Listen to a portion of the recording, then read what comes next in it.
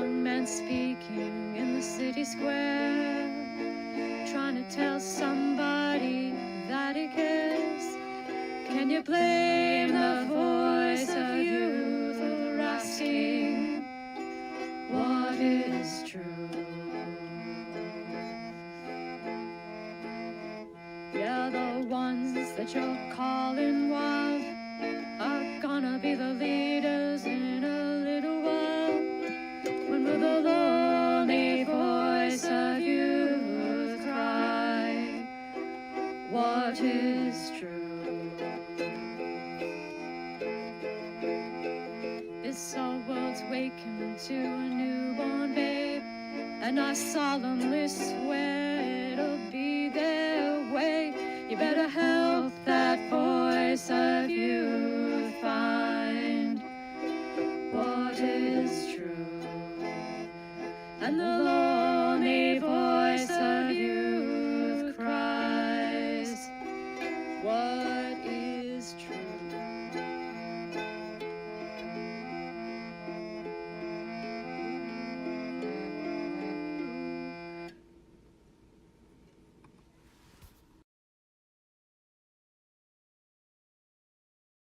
All right. We are live. I think. I hope. I feel alive. I might not be alive in the future though.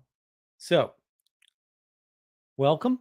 We've got our Sampal in our Muppet cup, of course. Everybody should have a Muppet cup. Gotta have some Sampal. Sorry, William, if I'm a little late. Man, demanding fans here. It's been a rough week, especially the past 2 days. Just under assault by people who don't want me around, but want me around. It's like, go away. It's like, go do your thing. Leave me out of your thing. You didn't want my help. That's cool. Go away.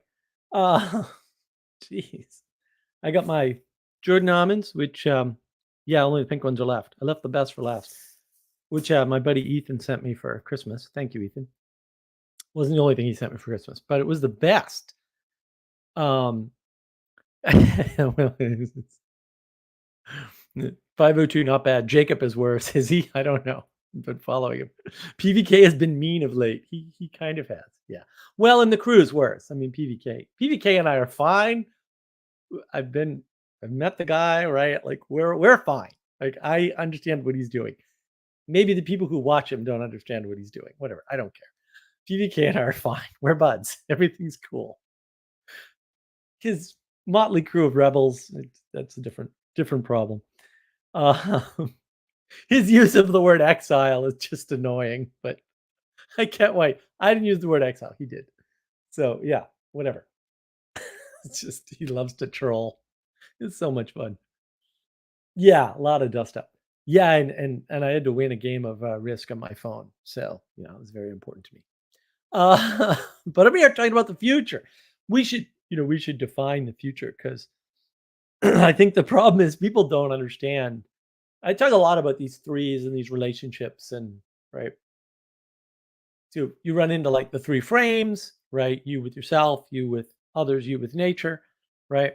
And um, the future's similar, right? Because your relationship to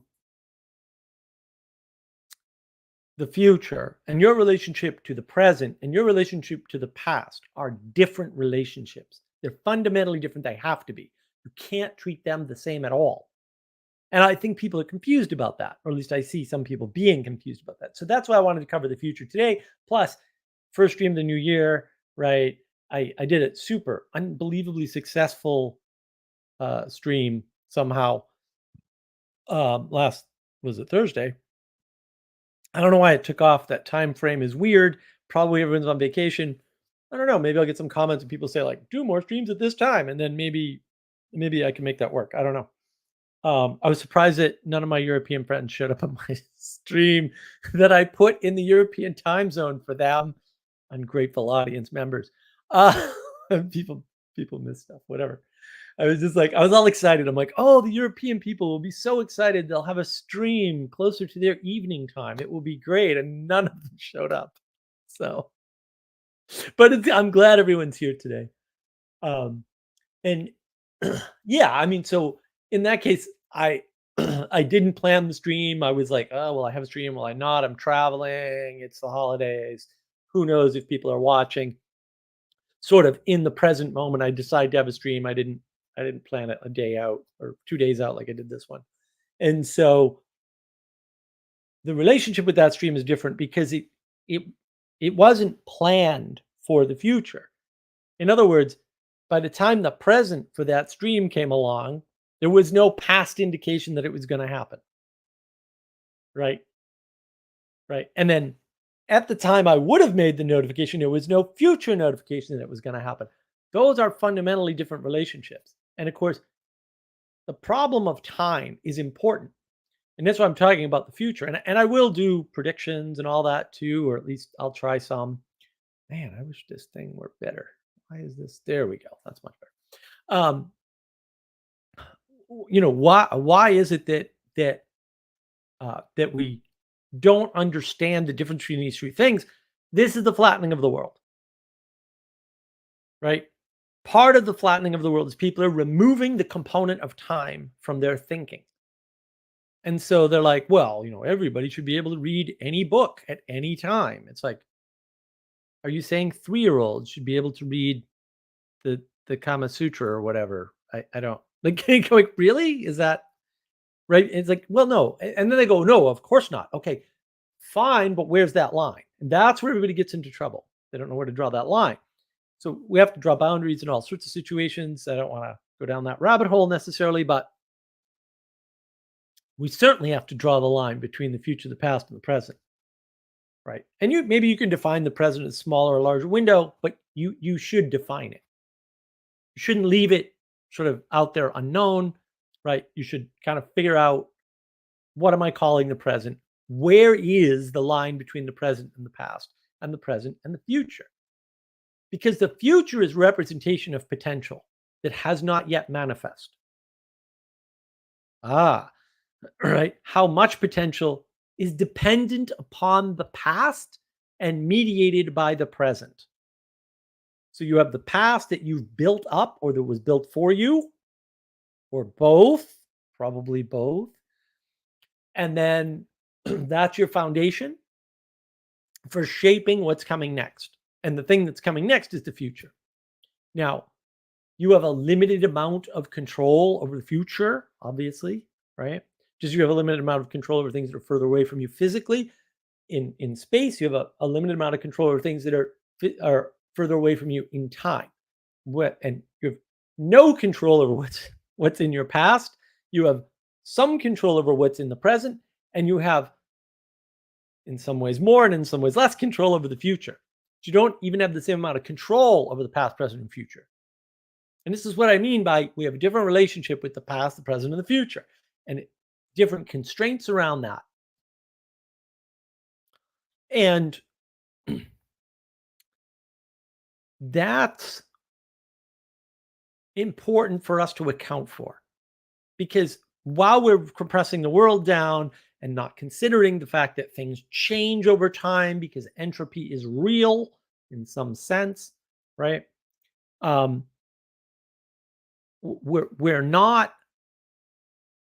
We're not thinking about things in that way. We're universalizing them in time, which is very dangerous. Nothing's universal in time, or maybe only certain ethereal things are universal in time. I don't want to get into that. It's straying into dangerous territory. So we have to account for the fact that we need to think about the past, the present, and the future as three separate relationships that we have, with three separate boundaries, three separate constraints, right? Everything is constrained, but there are things that are constrained differently. It's important, right? You don't tell a 3-year-old how to build a plane in the same way you might tell a 30-year-old how to build a plane, right? Like these are different things, or fly a plane or drive a car. Like these are all different things. And that difference is massively important. And when we don't account for it, we create problems for ourselves and for others. So the future is where the potential exists, right? Things get manifest in the future, right? By mediating them in the present. So the present is the process of manifesting the future, right? And the past is not negotiable, but it can be understood differently. So typically, the problem that we have with the past is that we understand it in a particular way because it unfolded in a particular way and we have particular memories or a particular relationship to it, right? But when that when we change that relationship, that can open things up for us or it can close things off for us, right? And usually it does both, right? Everything's trade-offs, right? So you end up in a situation where the past might be static, but your relationship to the past is not. And your ability to change that relationship is important. It is limited, but it's important. So if you see yourself as having been a victim of something in the past, even though maybe there's a better way to see it, a more positive way, that may constrain your present and therefore constrain your future. And once you get rid of that barrier of, well, maybe I wasn't a victim, maybe this just happened by accident or whatever, all of a sudden the future opens up to you. And the tools to manifest that future in the present become available when they weren't before. And that's super hopeful, right? It's super useful. And we also have to be aware that we don't have perfect memories, and our memory of the past sometimes unavailable to us. Like maybe the memory's there, but it's not there right now, right? Maybe the memory's actually not there, right? Or maybe the memory's available, but it's flawed because our memories are not perfect. And as we flatten the world, we squish it down, we compress it, we reduce it, we tend to think about the way we think and the way other people think in terms of perfect memory. But we don't have a perfect memory, and they don't have a perfect memory. And so somebody forgets to take out the trash, and you're like, they did that on purpose. They remember to take out the trash every other time. Therefore, they're mad at me or spiteful towards me or whatever. It's like, really? Are you sure? Because when you think that way, the future will unfold differently for you. Not all the time, but almost certainly. Because how you approach the present matters for what's going to manifest in the future. Because your present constrains the future manifestation. And so this works at all layers or scale, fractal, self-similar patterns of reality. And so if most of the population of your country has a negative view of your country, the odds that in the future things will go better go down. And that scales all the way down to you. If you think your spouse is being mean to you or whatever, or your friend is not talking to you because they're mad at you about something, your relationship is going to suffer. And of course, you can take the other side of that and go, well, you can't just be positive and give everybody the benefit of the doubt all the time. True. But you can know the difference. And that goes back to a live stream I've had in the past, right? Discernment. And maybe we'll do another discernment. We'll do a roll up discernment, judgment, action stream or something. If you want to see that, put it in the comments, put it in the live stream, whatever. We'll, I do take requests at least to some extent. So we always try to figure these things out, especially the live streams. But I'll also do like regular videos on things that get requested. And you can request to the Discord server, the Marco Wisdom Discord server, whatever. So this affects this attitude about the present that you can measure is affected by your attitude about the past. So your version of history and what history you know and don't know, and how you understand that history all affects how you act in the present, whether you like it or not. It's not an optional thing. It's not like, oh, we can get around this by, invoking some postmodern. No, you can't. It's just a hard constraint. So that means history matters. Your attitude in the present matters. So your attitude towards the past matters. Your attitude in the present matters. And that affects what might happen in the future. And it actually affects what might happen in the future. Look, this is the Peterson sphere, Paul. Right? Peterson talks about this. What you do matters.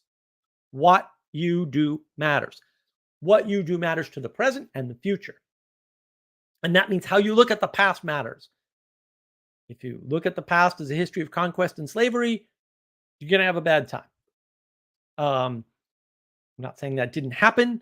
I'm saying that if that's the only thing that happened in the past was like conquest and slavery, that view of the world is going to give you a very pessimistic operation in the future, in the present rather, and that's going to affect the future. And it's going to affect the future in a negative fashion. So the future will not go as positively as it could.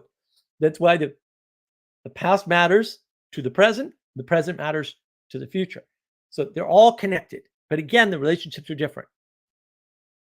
And we need to be mindful of that, not only for ourselves, but for others. Right? There's lots of historical situations where I'm just like, man, if you knew these 4 things about that particular historical event, you might think differently about it. And that might change how you think about things.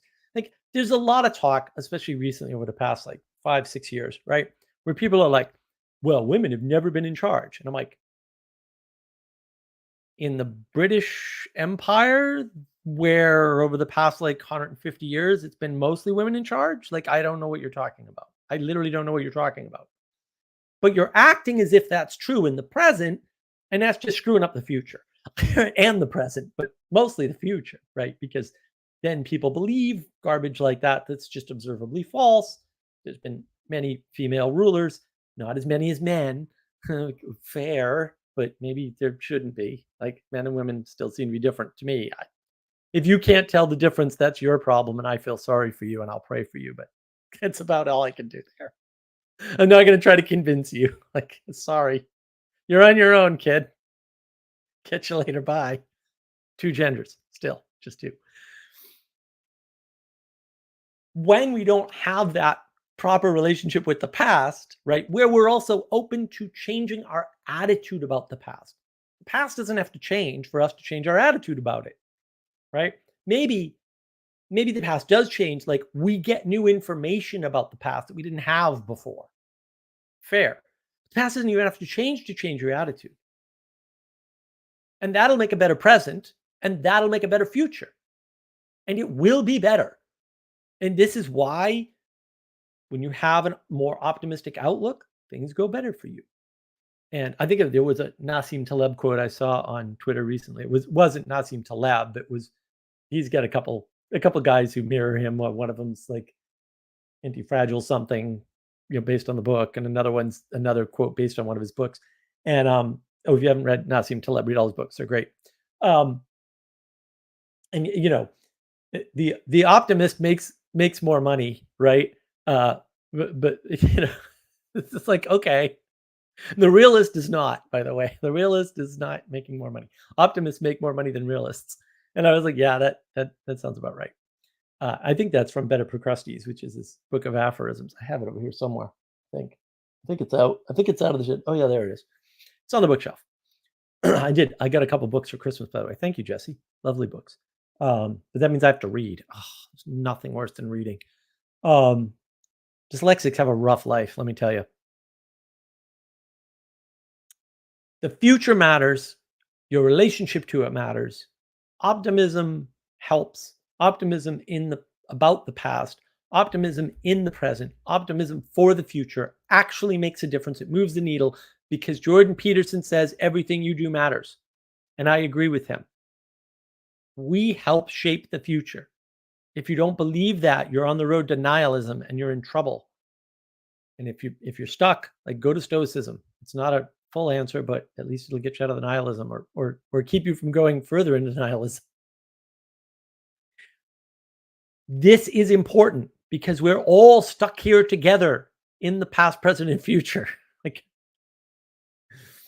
You know, I'm not trapped in here with you. You're trapped in here with me. So we have to work this out. We have to recognize that potential means things can go well. Potential means the good is still available to us no matter how dark the present is, no matter how dark the past was, no matter how dark the trajectory of the past and the present seem projected into the future. The good is still available in the future.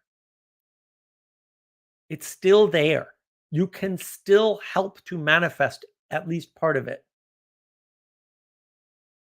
And maybe that doesn't seem to help you in the moment, but maybe it does and you just can't see it. And part of optimism in general is really a question of faith at the end of the day. Like you have to have faith that the good is there and that you can help manifest part of it. Or maybe a bunch of it. Who knows? I don't know how big a part. Having that relationship towards the future is super important. And the good is bigger than you. So even if you can't see the good, that doesn't mean it can't manifest around you or as a result of your actions or because of you. It doesn't mean that, right? And because the good isn't limited to you, because it's bigger than you, maybe you can't even see the good that's possible. And that's why you should believe in the good in the future because it's there. It's always been there and it's always unfolding. Sometimes it doesn't unfold the way we expect or whatever, but there it is. The good is there. It's able to manifest and you're able to help it manifest. And that'll make a better future. And the world that we live in was built by a bunch of people in the past. It wasn't their past, it was their present, right? Who put extra time, energy, and attention, right? The three things time, energy, attention, right? Into the world so that you could be here and have the stuff that you have. That, of course, is the door to gratitude.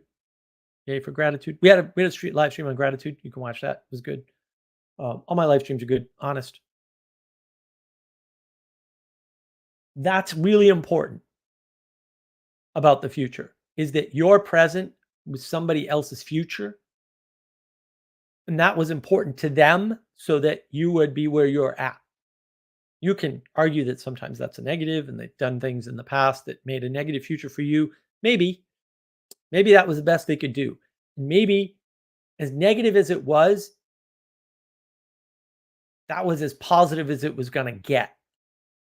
I don't know. But looking at it that way may help you in the present to manifest a better future for yourself and for others.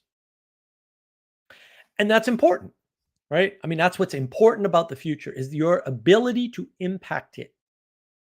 Regardless of what you think about, Michael Martin talks about the archons, right? Or the lizard people or the political climate. And somebody asked me today, like, isn't the GOP in charge of the House or something? I was like, I don't know. I have no idea politically who's in charge in the country I live in. I just don't know.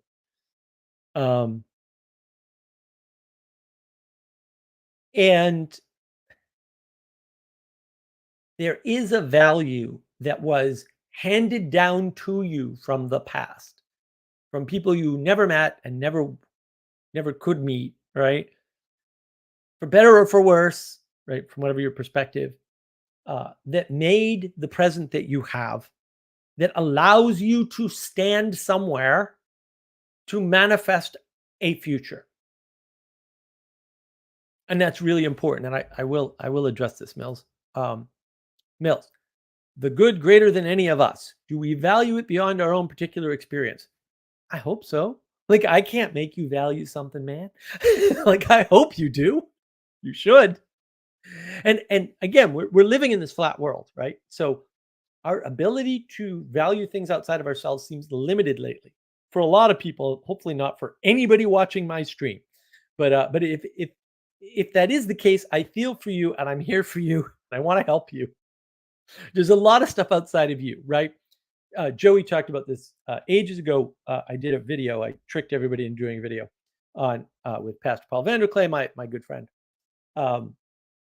Right, we had Pastor Paul Vanderklay, my good friend Father Eric. He's a very good friend. Joey, who started the Bridges of Meaning Discord server and all that, and myself. And in that conversation, we talked about a number of cool things. It was like the atheist versus, although I'm not an atheist, I never was an atheist. It was like the atheist versus the religious folk, right? We talked about a number of things, and one comment that somebody made after the video, although I think that comment got deleted, was that something that helped a lot of people that person was working with, they were like a social worker or a therapist or something, I don't remember the details, was knowing where that is a person becoming aware of where they end and other things begin. And the relationship between the future, the present, and the past is the same sort of a thing. You have to know where the present you is and where it ends and where it began. Jonathan, I've said this before, maybe you've heard it. Jonathan Pageau talks a lot about where are you standing, right? So he doesn't do it anymore. He used to say, where are you standing when you're saying that, right? I think the better question is, where are you starting? Where are your starting assumptions? Where are your starting axioms? What foundation are you standing on to make the proclamations that you're making? That is your starting point. It's not just your standing point. It's also your starting point. And that's really important, because knowing where we are in time and when we are in time and how we are in time and what our relationship is to the past and what our relationship is to the present and what our relationship will be to the future, right, is important. We have to manifest better stuff. At the end of the day, the following is true.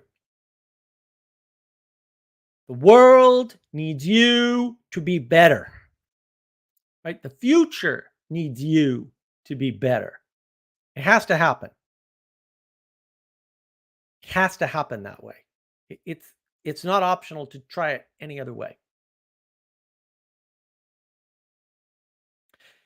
And when we understand that we should always have some degree of gratitude for the past and some degree of hope in the present for the future, then we are better able to fit ourselves into the timeline that we live through, because that is what we experience in the moment. We're always tied to our experience of the past, although we have a way to change that, a limited way, granted, but a way, right? We're always tied to our relationship with the present and in the present, and we're always open about what we can manifest or what can be manifest, what good can be manifested in the future. All right, let's get down to pragmatics then, shall we? So first, I'm going to take a drink. Pardon me. Do consider,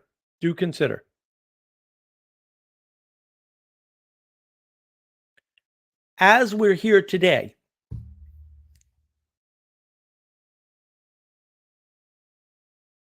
we need to consider that that is the result of other people doing things, having done things.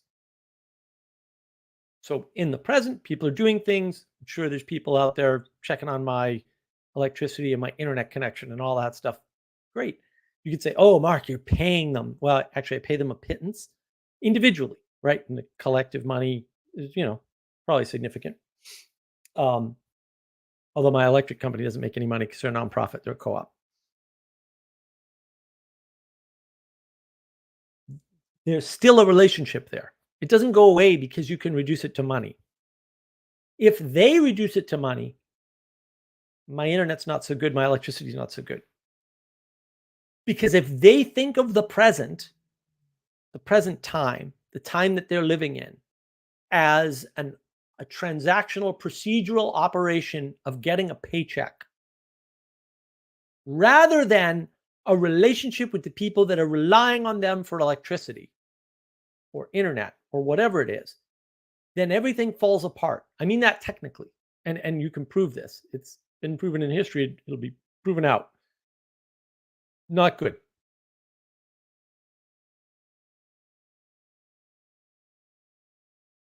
Also, have a relationship with the people in the past who built the electric grid, laid all the lines for the internet. I mean, we go into internet history, but I don't want to bore everybody. Um, the people who made the sacrifice to have the country that I have, because I'm in the United States, in case that wasn't clear.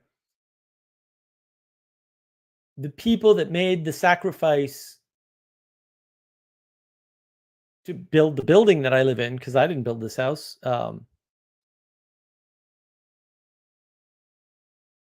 people that made the sacrifice to build my car, little things that aren't so little. There are conveniences that I'm taking advantage of.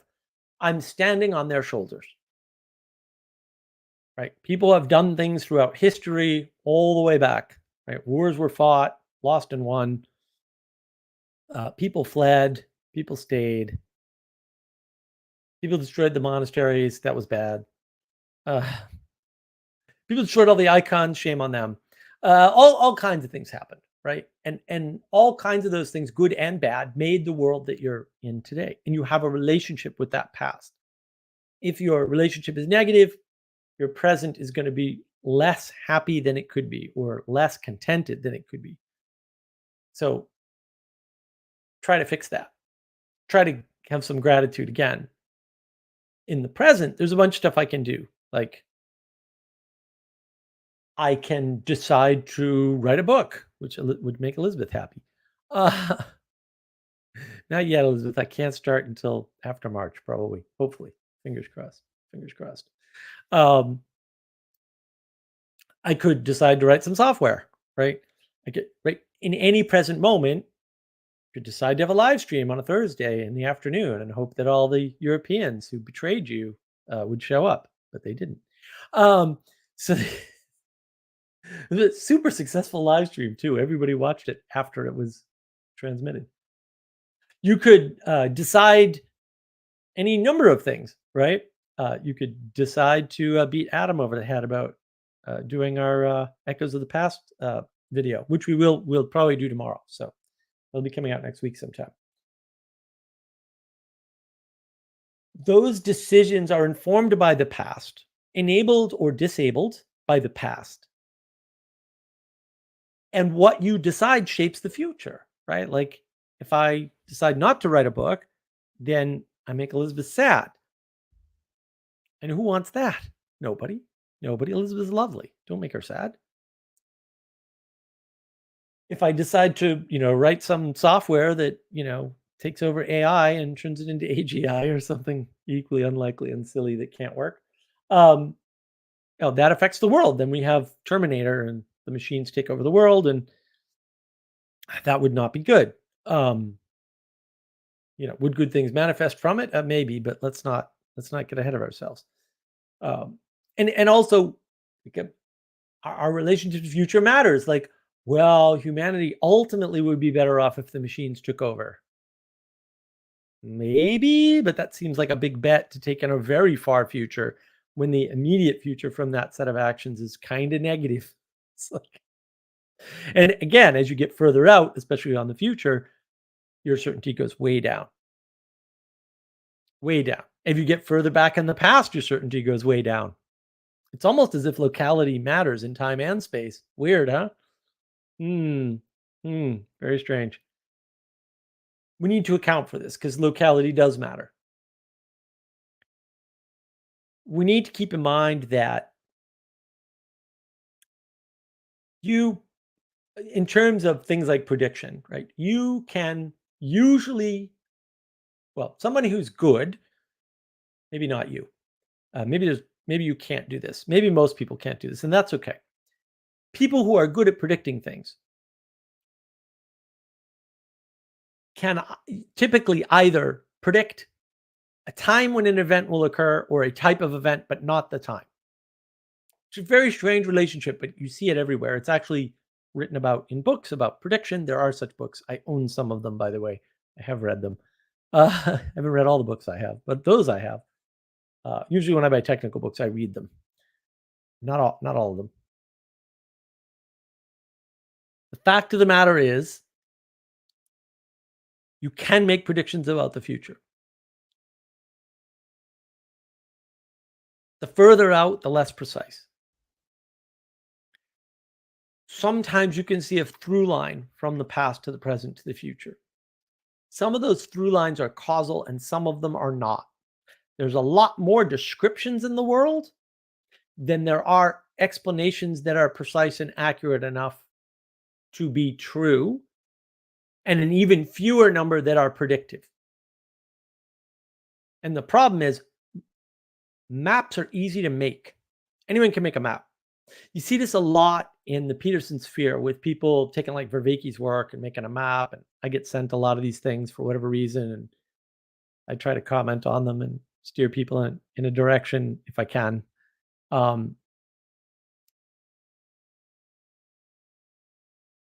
Any number of maps are potentially valid. Most maps are useless. I'm a collector of maps, or I was. I don't collect them anymore. I have a stash of them somewhere in the shed, I'm sure, still. I used to love maps, and then I figured out, hey, these maps change a lot, and oh, this map isn't good if I want to do this thing, but it's really good if I want to do that, right? And it just turns out that in the world, you can do that all day long. You can map Peterson's work, you can map the Big Five to relevance realization, you can map Paul Van der Klay's God 1 and God 2 to Agent and Arena. I don't recommend it, but he does a good job of it, actually. There's all sorts of things you can map. That doesn't mean the map is valid. Valid maps aren't all useful. Useful maps aren't all predictive. So there's 3 relationships there. Weird, huh? Just like there's 3 relationships in time: past, present, and future. 3s are a big thing on this channel if you haven't noticed. The relationships of those maps are similar, but not the same as the relationships to time. Some maps allow you to predict, most maps don't. Some maps allow you to navigate the space you're in the moment you're in the present. Most maps don't, right? A lot of maps map to the past because there's a lot of detail in the past and you can't know it all. And one of the more interesting sort of time-based maps that I've seen is in Colin Woodard's excellent book, American Nations. And he goes through this. He's like, I'm pretty sure I'm getting this right. I think I'm remembering it correctly. It's been a couple of years since I read the book. He kind of discovered this American nations concept where there's like 11 nations in North America through maps. It's like, oh, this map shows a different vision of the world where there's divisions that match something else, culture, immigration lines, right? And they all sort of coalesce. So you've got all these maps mapping different things, and the map lines end up to look very close because they're not based on states, they're not based on resources or terrain or trees or anything like that. Some of them overlap with resources and trees, but not perfectly, right? Like, all the people on the coast aren't the same in the United States. The coastal U.S. is very different along the East Coast. Maps are very tricky because you can just make an infinite number of maps, especially of the past. Maps of the present are a lot harder to come by, but most of them aren't predictive anyway, and many of them aren't explanatory. So they're just true at a very fixed point in time, and they become irrelevant immediately. And we don't have an appreciation for that. So we go and we look at a political situation and we say, aha, I can map the political situation to this and this theory and this set of procedures and this ridiculous thing. And then look, I know exactly how it happened. And it just turns out that's wrong. It's coincidental. Correlation does not equal causation, right? And even when that's true, often maps that are accurate and causal, causes aren't well known and change. And so they're not predictive. A lot of things look right in the present, but aren't predictive at all. And I mean, you can look at elections and say, well, that didn't go the way any of these maps said it would, right up to the electoral maps, by the way. That's interesting. So you have a map designed for political measurement, and it's not accurate enough to do political prediction. And we get caught up in maps and ways of thinking about things and worldviews, and which lead to ideologies, I would argue, right? These bad maps lead to an ideology. You get into this blue church thing, which I think is a garbage frame. Not that there isn't something to it, it's just not enough to it to be useful, right? It's important for us to recognize these different relationships between the past, the present, and the future, in that maps are a tricky business because locality matters. How close you are to something makes a difference. And now here's the part where we get into the performative contradiction. It's easier to communicate somebody when you're physically with them in person, says the man on the internet, broadcasting. Although not just broadcasting, because I have your feedback comments right here, which I'm very grateful for.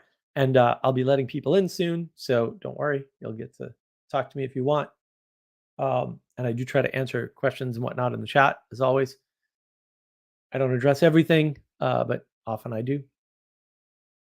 And oh yeah, I did want to agree with Nathaniel here, because yes, books are maps. Books are they're narrative maps of the story type, I would say. By and large, not all books, obviously. I have technical books. They're not narrative at all. They're kind of boring, but super useful, actually. They're way more accurate and precise. Accuracy and precision is good in some cases, but useless in most cases. Very specific cases, the more specific, the more accurate and precise you want. That's a hint. When you're nearer to something in time and space, when I drive out to Arkansas and have a lovely time with Ted at his retreat, which he called a conference by mistake, but we all make mistakes, Ted. The richness of that experience is not conveyed by the recordings of the Convivium event. Convivium was awesome. I had a great time. I met Dr. Jim. I think I said this before. Dr. Jim is far more awesome in person than you can imagine. Your imagination is insufficient. And look, I mean, the richness of Pastor Paul VanderKlay cannot be conveyed in his YouTube interactions, and certainly he seems a lot more trollish in those than he is in person, etc. And it's true for most of us. Like, this is a flattened view of the world. You can blame technology for our flattening, but I don't think so. I think the flattening comes first and technology comes second, mainly because technology is driven by people.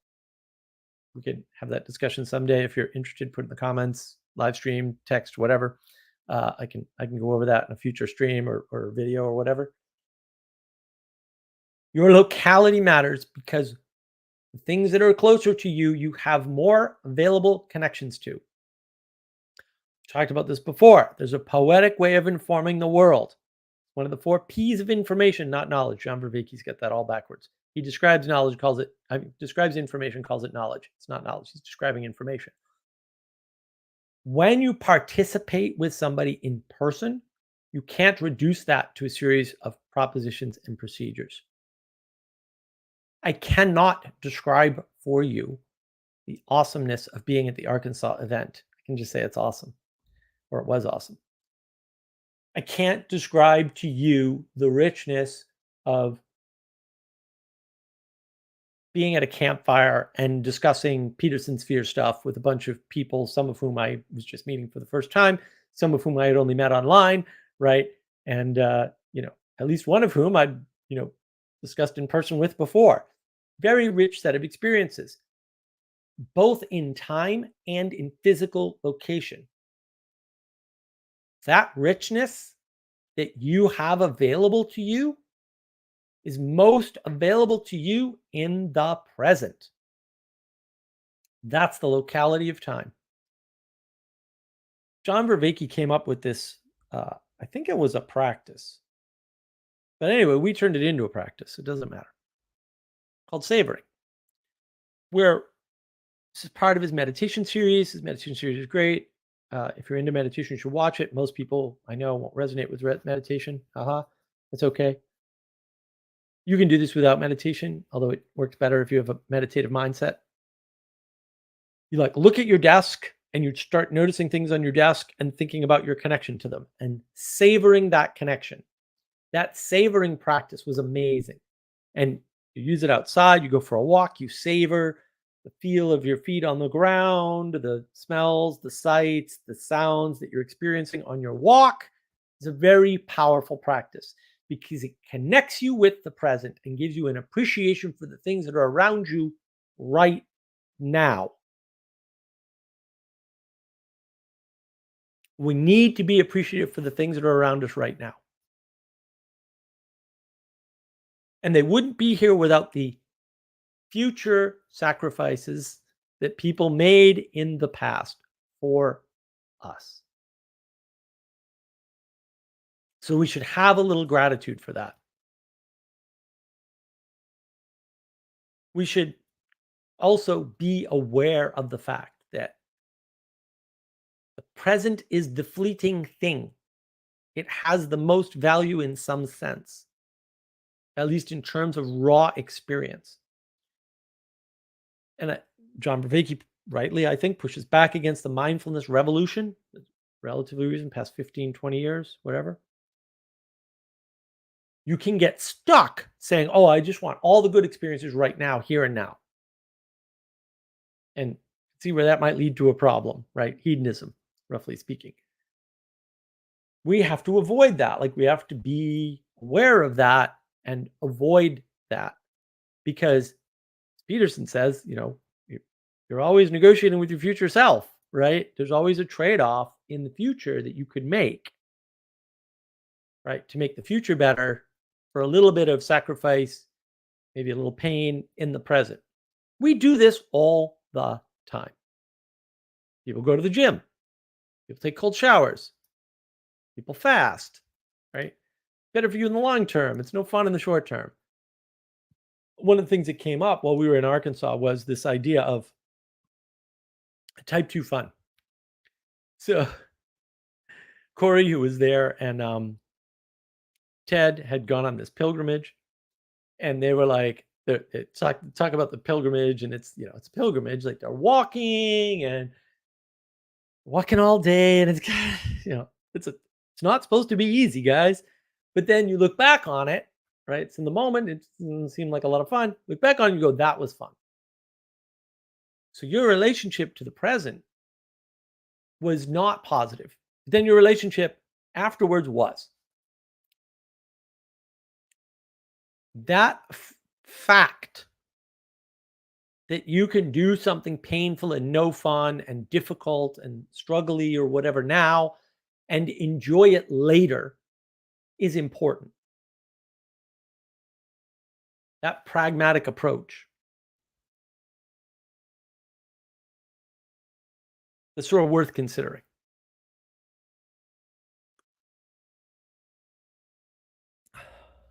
Pardon me. Every once in a while, when I go to do these streams, my nose is like, I'm going to run now. I don't know why. The future holds everything that we could possibly imagine and more. We need to be aware of that. We also need to be aware that the past constrains how that manifestation can happen.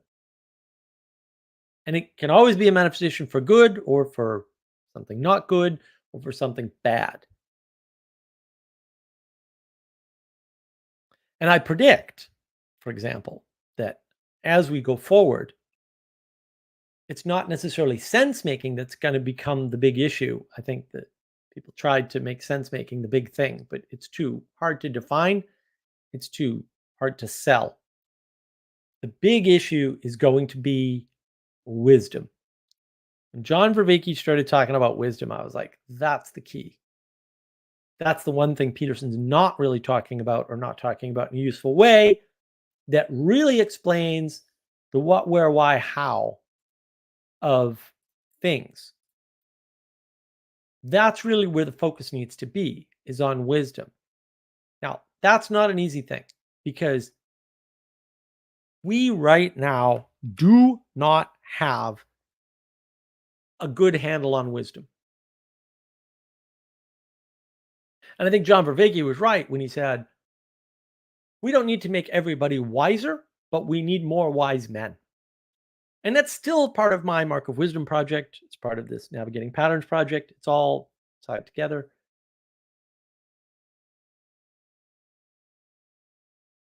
If you want to help, reach out. We got a Discord server. I've got my YouTube channel here. We always need help. There's plenty of work to do. Plenty of work that we can't even think about doing because we don't even have relevant skills, right?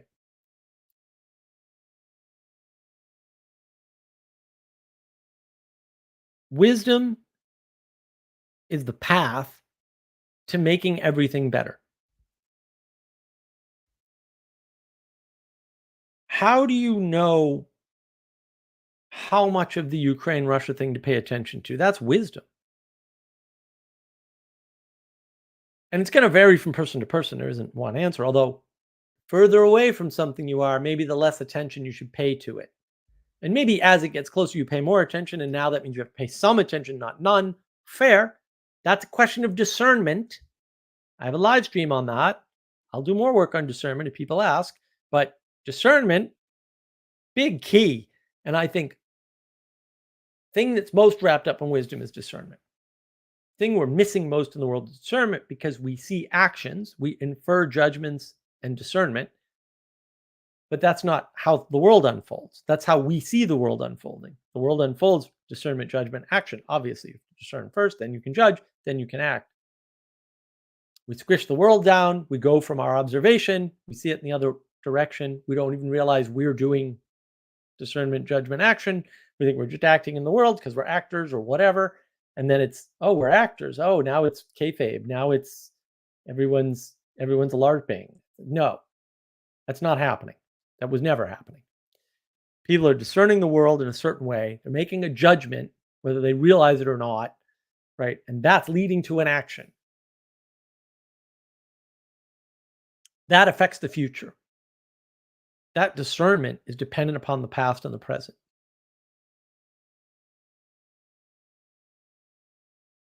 You can look at things and say, well, look, because these people have money and they want us to eat bugs and know nothing and be happy, that's what's going to happen. The bottom line is money doesn't work that way. We should all be grateful, by the way. So, yay.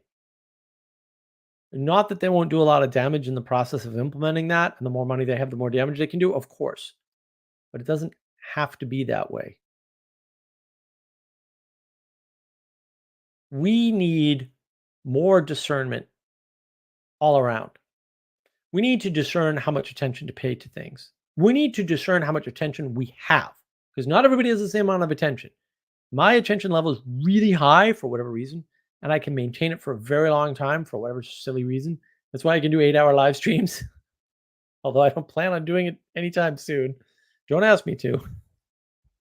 I did it a couple times. That was enough just to prove that I could do it. Had a lot of help, of course. Can't do these things alone. It's important that we look towards the future with more wise people. That we not try to overpredict the next election, what's going to happen in the Israel, Hamas, Palestine catastrophe, right? That we discern where and when and how to get involved. You can get involved by marching down a street. You can get involved by talking on the internet. You can get involved by sending money. You can get involved by going someplace and actually doing something. Locality matters in both time and space. That level of discernment, we're actually missing. I see it all over Twitter. I see it all over Facebook. I see it all over everywhere. I see it on Discord channels. I see it in in comment sections on YouTube channels. People don't understand time at all. They don't understand that there's 3 different types of time, and we have 3 different relationships to each. They have different constraints, and there's no getting around that. And people like to get around constraints. A lot of the liberal ethos is freedom from constraint and consequence. That's what they're talking about with freedom. That's not up to you. It's not optional. So my prediction is that if we want things to go well in the world, we need to focus on wisdom. And we need to focus on our discernment, judgment, and action. And we need to focus on our relationship. And we need to re-enchant that relationship with the poetic way of informing the world. I'm not talking about mere poetry. Poetry is one poetic aspect, but it's not the only one. There is a poetic interaction in your experience of beauty in the flower. There's a poetic interaction in a good conversation with Ted, who's so brilliant. It's a little insane, actually. There's a poetic interaction in hugging your good friend after not having seen them for however long. There's a poetic interaction in driving down the road in your cool sports car, which I have. Both the cool sports car and the poetic interaction.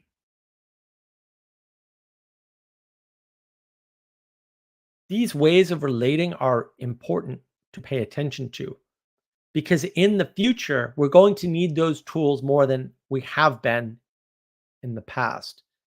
And we have lost them because we've been feeding on the past and not revivifying the present. Talked about this before. I went to Scotland, love Edinburgh. Edinburgh's what a ridiculously gorgeous place. I didn't think a place that gorgeous could exist. I mean, it was more gorgeous than I imagined Athens, Greece will be whenever I visit. Shop.markofwisdom.org. Let's get some merchandise going so I can go to Greece someday.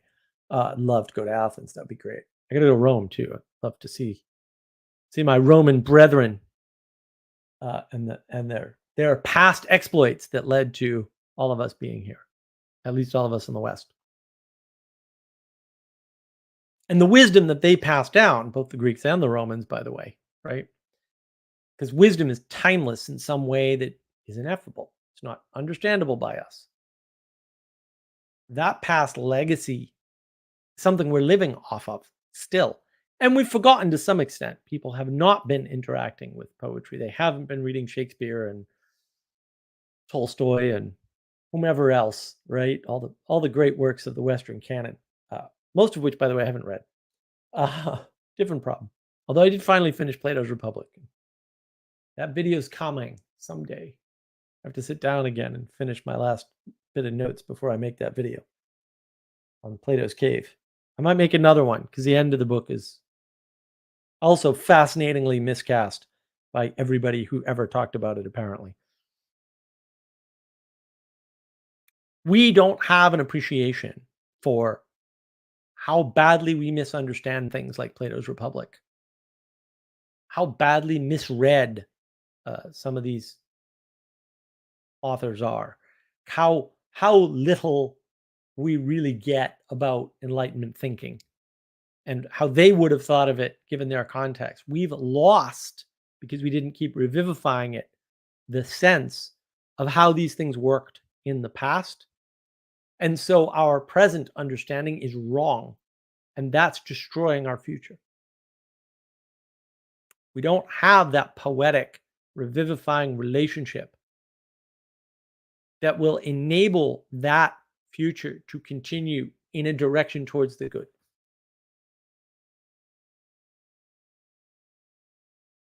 And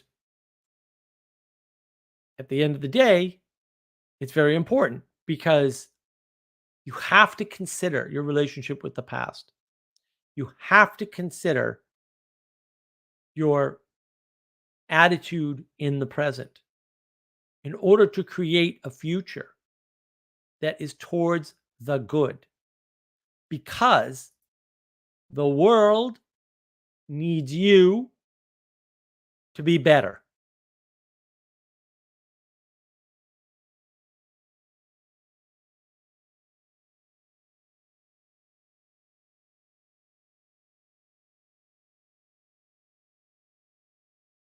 All right. I think I'm going to end it there. I hope that was helpful. Elizabeth, wisdom means listening to the elders and the ancients. Yeah, in some cases it does, but also being careful how you interpret them because my goodness, people talking about Plato's Republic, I don't think they read the book. Like, I really don't think they read it. And I know some people did read it, and I don't know what they read, but it wasn't what Plato wrote, that's for sure. And some of the Romans enslaved some might angle distant relatives. Get over it, dude. Uh, great gratitude. Um, maybe they would have been worse off if they weren't enslaved. I'll put the link out. Anybody who wants to join can feel free to do so. Yeah, I think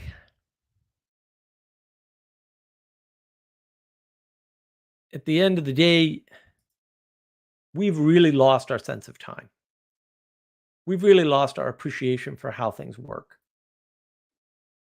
We've really lost a, the most important understanding of relationship and how to revivify the past so that it makes a good future or a better future.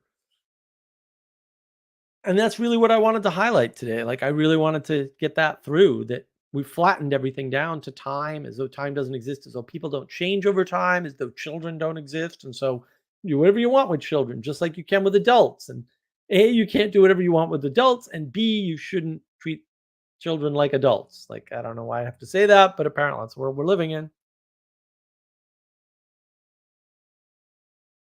Imagine living in a present where you have to explain to people that, in fact, children can't make the same decisions about their lives that adults can because some children think they're fire engines. And we need to put an end to that because they're not fire engines. It's really important in some sense to make sure that you engage in a way that you're accounting for what came before and where you are now and where you want to go. And on all levels. So, what culture you came from, where the culture is now, where you want the culture to go. And yeah, you have a limited ability to steer the culture because you're one little component of it. But that doesn't mean you should act outside of accordance of where you want the culture to go. And of course, there are limits to that. Yeah, okay, there's constraints and limits to everything. Doesn't that suck? But also, we're all stuck here in that world.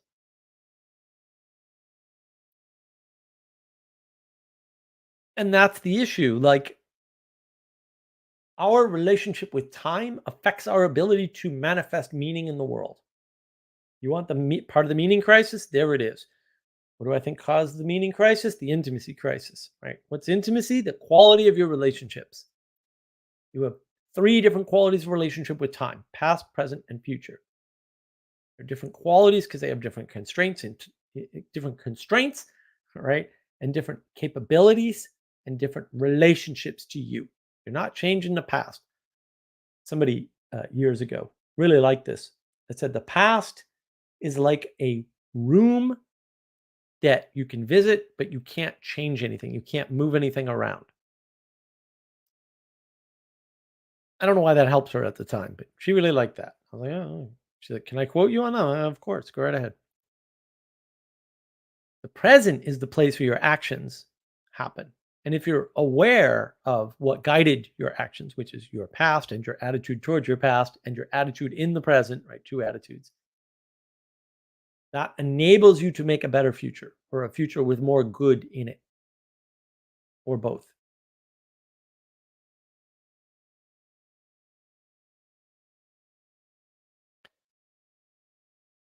Hanselman, the people telling children they can become fire engines know that they are doing it to subvert society. I doubt that, by the way. Um, some of them are for sure. I don't think it's the fire engines that's the problem. I use that to be as non-controversial as possible. I look, you have to give stupidity a lot more credit. Like I know everybody wants to live in this rational world where everything's rational, but we're not rational creatures. We're mostly irrational creatures that are capable at great cost of being rational for short periods of time. Literally all the scientific data ever gathered on this subject shows the same thing, by the way. I don't think it's a coincidence. Like I think I'm saying that because that's what the data shows. We want to believe we're capable of anything, and a lot of people have been told that we are. You can be anything you want to be. No, you can't. That's a load of garbage. That was never true. There are probably more things than you can be than you can think of, but that doesn't mean you can be anything. And it doesn't mean you can be anything you can think of. And we get very confused with those statements, especially when we make them to children who can't disambiguate the nuance between those statements, which is hard for adults. It's impossible for children.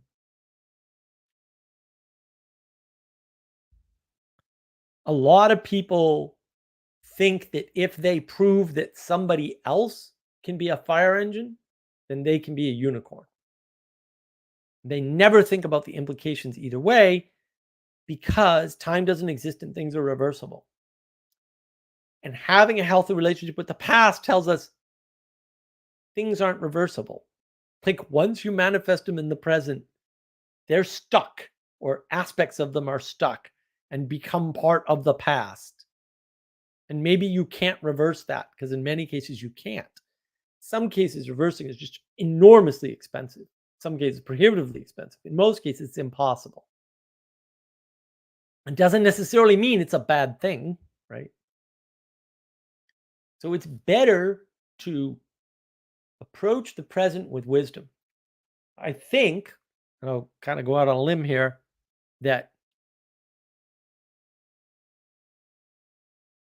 part of exemplifying wisdom will impart a wisdom pattern in people so they won't have to, quote, become more wise. They'll just automatically act wiser without us training them or educating them or anything in the traditional or formal sense, we'll say. I don't think we're accounting for that. I know I like John Vervaeke's work. Obviously, I use a lot of it. We've modified a bunch of it thanks to Manuel and Andre and Michelle and Sally Joe and a whole bunch of people I'm forgetting. I apologize. We worked on this for years, right? We have hundreds of pages of notes, which we need to revisit, by the way, and still fix. There's a lot more work that needs to be done.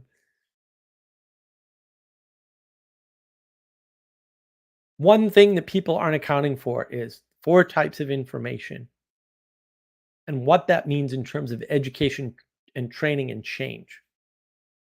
I think we're mostly unconscious creatures. And the way you alter the unconscious of a person is through exemplification. So, what you see, especially at a given point in your life, is what you will do when you hit that point in life because that's what you know. Now, also, 3-year-olds try to act like adults all the time too, and they should. Like, that's part of their development. That's a good thing. And of course, some of it works and some of it doesn't, and some of it can and some of it can't, et cetera, et cetera. Yeah, sure. There's a bunch of problems there. Those are all problems of discernment, by the way. Discernment's the key. Everything else is garbage. Discernment, judgment, action. Just focus on those 3 things. Everything else gets better for you. I promise. It's simple. I know. Nobody likes simple answers. We're living in the age of gnosis. Age of gnosis, people like complex answers so they can feel smart, so they can have status in the world where knowledge is the high value or the highest value, probably. That's bollocks.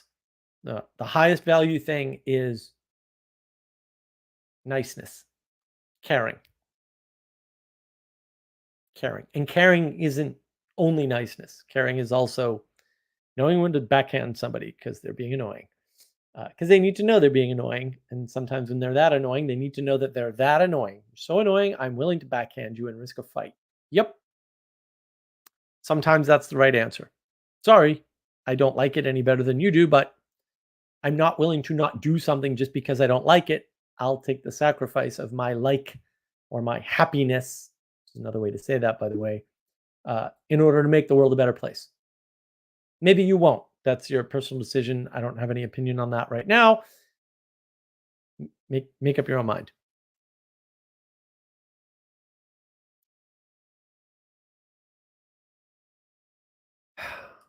Yes, Mills. People are not always aware of their motives. Actually, almost nobody is ever aware of their motives ever. And if you are, that's an exception. I'm sure you are a couple times a day. That's great. But mostly you're not aware of your motives. The number of times my craving for carbs uh, moves my eating decisions is embarrassingly high. Uh, another reason why I should, so wait, the reason why I only have pink ones left, which is the right answer, by the way, you should always eat the pink ones last. Everybody knows this. In fact, if you don't eat the pink whatevers or the red whatevers last, you will destroy the world. The future will end. Don't do that. I make the sacrifice for you and make sure I always do it this way. It has nothing to do with having OCD. The reason why that's all that's left is because I ate way too many Jordan almonds yesterday. Made myself sick. So there you go. I had Jordan almonds. I was doing real well. The first time I picked at them, I was fine. The second time I picked at them, I was fine. Third time I picked at them, I went too far and got sick. We're not aware of our motivations. Anselman, would you relate it to the transhumanist agenda? I don't think transhumanists have an agenda. I think, again, this is the mistake. We're looking for a rational world. I think the results of transhumanism cause you to seek out instances where you can prove that the purple talking unicorn in your head is real to people who aren't in your head. That has lots of weird second order effects. One of them is, well, if somebody else can do it, then it's more real, right? It's correspondence theory. It's like, aha, two people have purple talking unicorns in their head. So mine must be real or realer or closer to realness or however you want to say it. People do that all the time. And hey, if you can make children do that and they grow up that way, then we'll live in a world where that's true. We'll have changed. Sure. In that way, the world's perfectly rational. In the way you suggest, the world is not rational. That's my thesis. I could be wrong. That's sort of how I look at that.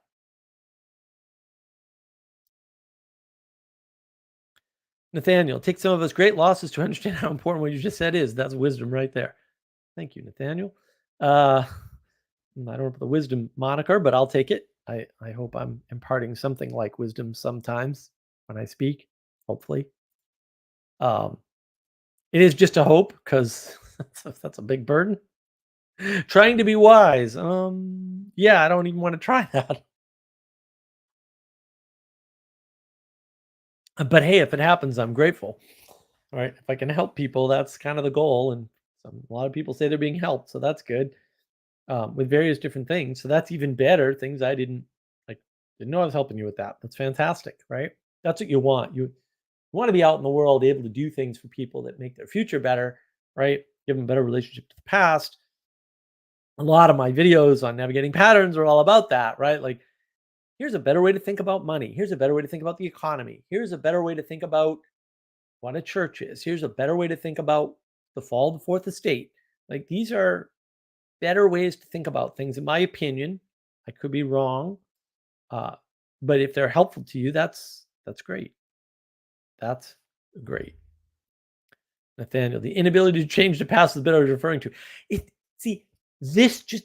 Every time somebody talks about this, I just get blown away. How does everybody not understand that you can't change the past? And yet, people, and I know some people know this and they forget because I've told them before. Like I've told you personally before, and you've already forgotten. You can't change the past, right? But you can change your relationship to it. You can change your attitude about the past. And your attitude just changes everything. That's why this John Vervaeke practice, when he did this savoring thing, just blew me away. I'm like, anyway, I wasn't like I didn't know about it. Of course I did. I had savored before. The way he did his practice is amazing. John's meditation series and Cultivating Wisdom series, if you can find them, although they've hidden them for some odd reasons, best work by far. Amazing stuff, just amazing stuff. I do have the playlist. I should put it on the Mark of Wisdom Discord server and on the website, which I'll do at some point. If you don't see them, remind me. But I will try to do that because it's just very special stuff. That savoring, that ability to pay attention to your relationship in the present, to the things that are around you immediately, whether you're out in the woods walking, during walking, when you're stopped, where you're sitting at your desk, looking at your cool elephant that somebody gave you from India, hand carved years ago. Or your little canine robot, which is cool, which actually says affirmative master and little eyes light up. It doesn't really matter. And I got a bunch of toys on my desk. Just doing that again after having forgotten about the whole practice and not doing it for years was helpful because it was like, oh, I'm related to the here and now in a very deep poetic way with lots of different connections that I can make, a depth and a richness that is important. And because of that, I can appreciate the past that led me here. Look, I was homeless. I lived in a car in New England in the winter. Not the best time. Not recommend. Normally, I recommend everybody try everything they can. Not that. Don't do that. I did that. Don't do that. No, not recommended. But even that, I have an appreciation for. I have an attitude about a relationship with it that does not destroy my present and my future in the way that it once did. And that's important because, yeah, you can't change your past, but you can change your relationship to it and change your attitude about it. And that can positively affect your attitude about the present. And that positively affects how you shape the future. And that's important to people you will never meet and have no awareness of. Your interaction with the future changes somebody else's present and their past.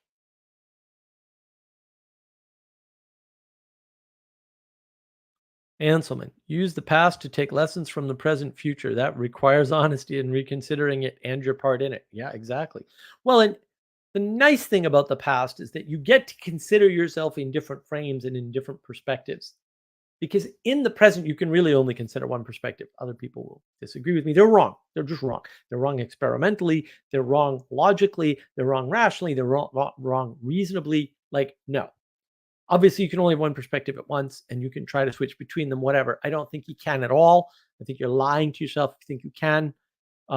If you take a very long time, you use something like the Pomodoro technique, although I disagree with their time frames. Then I'm a little weird, so maybe those time frames work better for most people.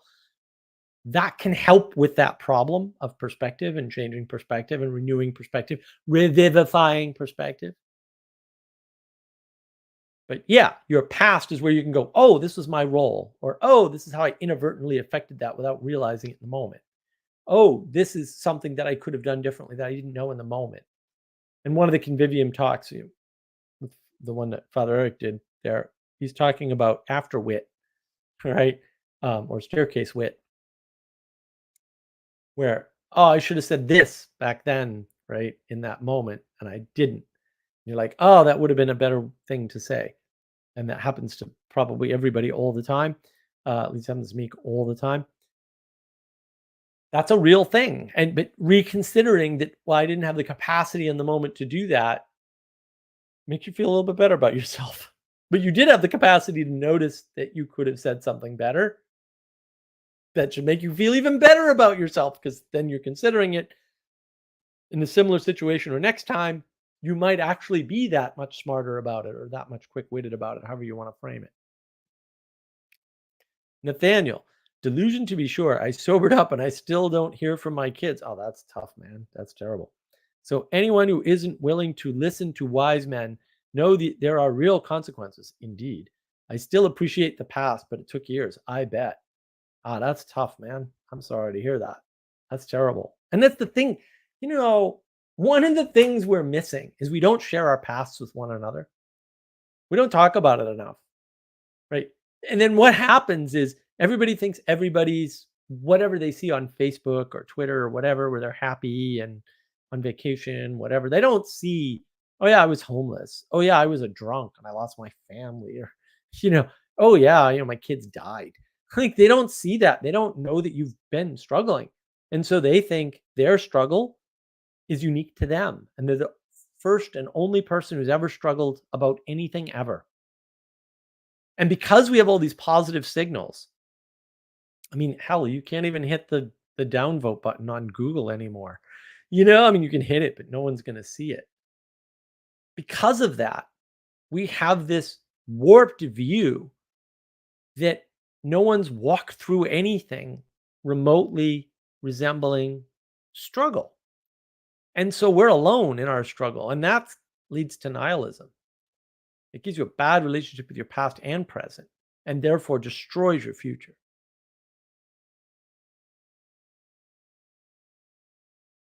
And that's a problem. We don't share our past struggles with each other.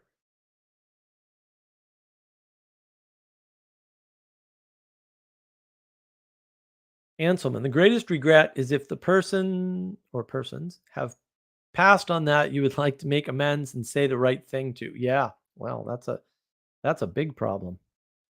All right. Hopefully Elizabeth remembered to close the tab of the YouTube video so that she doesn't have that sound echo problem that she often has. See, Elizabeth tends to forget. Then I can let her in. Let's see. Did I give her enough time? Oh, it sounds good, Elizabeth. Oh my, it's incredible. I actually X the right X. Good point, Mark. Great point. We're all phonies. We're all phonies. To that extent, yeah. As Salinger said, phonies everywhere. No, I think it's get that's for your intimacy chapter. But I think it's critically important. We actually going back to stories, right? We don't know other people's stories at all. Like here we are talking, and we know each other a little bit. Some of us a teensy bit, right? So what good is that? Are we all just paper doll cutouts? We're all it's a problem. Well, and that happens a lot in churches too. That's one of my major gripes with churches, right? I think that's if you wanted to criticize churches, and boy, I would love to do that. I kind of hold back, but that would be the biggest criticism. I mean, this is one of the things Sally Joe talks about a lot. Sally Joe talks about dark testimony and the lack of, or gray testimony, she calls it, the lack of gray testimony in churches. And I'm like, well, that's really kind of a Baptist thing. Although fair enough, the Catholics are just have so many problems. And so do the Orthodox. The Orthodox have a different set of problems. It's similar. We're not talking about each other's struggles. We're not really aware of that. And to some extent, I think that's what's contributed to, not caused, but contributed to a lot of churches will do things overseas and they're not helping their neighbors right in front of them because everyone's pretending like they're not struggling. And as near as I can tell, Elizabeth, and we don't know each other well. We've met a couple times in person though, right? Like, I'm sure you've struggled in your life. And I don't know what your struggles have been, right? And some people know some of my struggles, not all of them. I'm embroiled in this ridiculous lawsuit, right? I lost a home. I did a whole video on that. If people like that, let me know. It's a good video, right? That's my domicide story. And this idea of being able to go into the church and say, I had a crisis of faith. I'm back here, but I don't know if I'm going to come back next week, right? And not get cast out. Now, how real that is or how prevalent that is, I don't know. This is something that Sally Joe brought up that I take very seriously. Boy, it sounds like churches have a problem. I think it's a big problem. I think things like that are an issue. And yeah, we don't know each other's past. And I know some of say Jesse's current struggles, right? But I don't know so many of his past struggles, for example. And look, I mean, to be fair, I despise talking about my past. My first video with Paul Vandercliff, if you haven't seen it, it's actually quite good. Some of these days, one of these days, I'm going to get all the links up. I talked the first hour, just me talking about me. I had to prep for that for a week. to make sure I could tell him a story, because I don't talk about that way. I never did. I mean, I'm a stoic, so it's kind of like, oh, who cares about the past, man? We just gotta soldier on, right? Like, but it does affect you, and I was always aware of that, but I was never aware of sharing it because my people relationship skills are not the best in Oh, many ways. They have many I deficits, wouldn't right? say that. I wouldn't Well, say that at all, frankly. I mean, here you well, are. thank you. Well, I'm trying. This is a lot of this is just trying to do this better. A lot of this is like, Right, right. like the first I told this when I talked to Van Uclay the first time. She's like probably 3 years ago now. Geez, it's been a long time. Like, I took a job at a call center because I don't like talking on the phone. I still don't like talking on the phone. Like, if Jesse said like, "Hey man, give me a call sometime," the odds that I'd call him are very low, because I'd always be like, well, there's a time difference, and then if he's busy and he doesn't answer, right? Because we're paranoid. Well, I'm super paranoid, but like a lot of people are paranoid. Like I said, like, you can read like he didn't pick up the phone or he didn't answer my text as, oh my God, he hates me, or he just gave me his number to placate me or be nice to me. And really, right? And we get into that habit of projecting that negativity into the future. Yeah, this is a really interesting conversation, and I think it's more fundamental than I had ever thought before, um, because it ties into narrative and story. So if we're not living close to one another, because that's actually Right, storying, right? You're actually, when you right. live in community, you are storying constantly. And Yes. and we Well don't said. like, maybe this is, I hate to simplify, but because I live in a very small community when I go to Italy, and it's remarkable how cohesive it is, and everybody knows everybody else's stories, and it somehow makes people at peace with one another, strangely enough. It's as if you know why? Because you can't fly into Gnosticism when you know everybody else's stories. It's impossible. You can't go anywhere else. You're It's too grounded in what's actually happened in real time and space. And I'm wondering, fundamentally, is this really what the meaning crisis is? Is this a lack of story in the sense of knowing each other's stories and living side by side? Because by knowing one another's stories, it's amazing. Going back to your exemplification, right? Those are exemplars. You know about so and so, and this happened, and this is how they dealt with it in the community. You learn a lot from that. So it's, if we aren't actually telling each other our real stories, maybe we all need to be writing our stories, like seriously writing our stories. I So don't that, think well, I don't think we can, Elizabeth. I mean, I think that's one of the beautiful things about Peterson's past authoring, present authoring, future authoring, is that he starts to give you a sense that you can't do this thing that you should be able to do.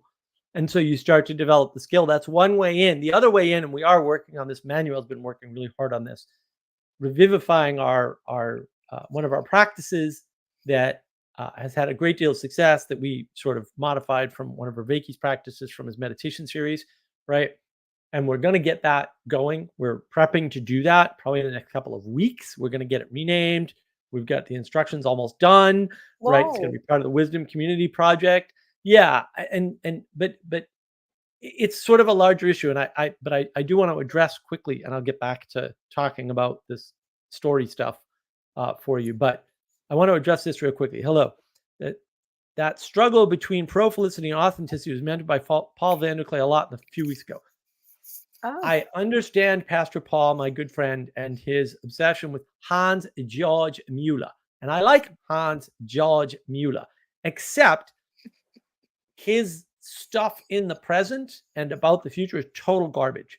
And that's one of the things. Pro-felicity and authenticity are just bifurcations of the identity politics frame. It's the same frame, just differentiated. I don't like it. It's a garbage frame. what do you mean? Give us one more little sentence or two on that one. Because, keep going. Well, I will keep going. Okay. Benjamin Franklin. Sometimes you have really good contributions. I still find pro-felicity versus authenticity kind of dubious. Right. And Hello says, I haven't put my thumb on it yet either, Benjamin.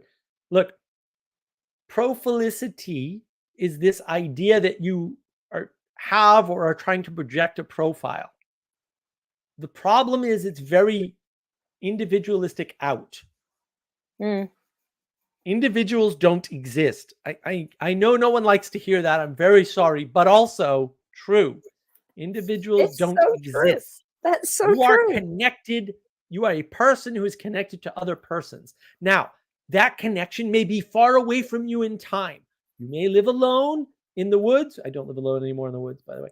You may live alone in the woods and get your electricity and your food and whatever, your internet, whatever else, by means of money. But there's other people somewhere on the other end of that connection. And as I said earlier in my monologue, if those people don't care and they reduce that transaction with you to money, it's going to be a bad time for you living alone. Period. And so you rely on their grace to make sure that that monetary transaction works well for you. Nicely said. Write it down. You rely on their grace. No, but that is a fabulous concept. You rely on their grace. I love it. Because people, you're just fractally and you should anchoring the concept. I love that. I love that. Can't we be thankful? I hate the word gratitude. Sorry. I just think thankfulness does it. What's gratitude anyway? Does anybody know? What does it mean? Gratitude is the ability to have appreciation for the sacrifices that you did not make. Oh. And how's it different from being thankful? I'm actually hold on, Elizabeth. Let's not buzz past that. I did that off the top of my head. I need a little bit more from you. Just a little bit. I did that on the top of my head. Come on. I know it was good. It was, but I still want to know. Like off the top of my head, just for you. I know, but a little gratitude, Elizabeth. I do appreciate you. You know I do, Mark. I know. But it was a good opportunity to exemplify. I know, it really was. I know, but I was so focused on thankful that I wasn't really, I missed my chance. See, there you go. You weren't focused in the right way. Your attention was all over the place. Yeah, it really was indeed. But I'm allergic to the word a bit. But yeah, okay. There is a difference. Maybe maybe appreciation. Maybe there's a sense of appreciation and gratitude somehow. There's something a little different. Maybe I need to think about it a little bit. Okay. Yeah, okay. That's fair. Yeah, because people don't. Why do people not like the word thankful? I just don't know. Everybody says gratitude now, and I just wondered if there's something that was missing. It's a magic word. It's a magic word. Like a lot of people will whip out the word empathy, right? And it's a magic word. Yeah, I hate the word empathy too. How'd you guess? Yeah, empathy is the worst. I have no idea. Name. What the hell is it? Well, empathy. I think I can do empathy pretty well. We struggle with this for months. I think we figured out empathy is only appropriate for mothers towards children under the age of 4.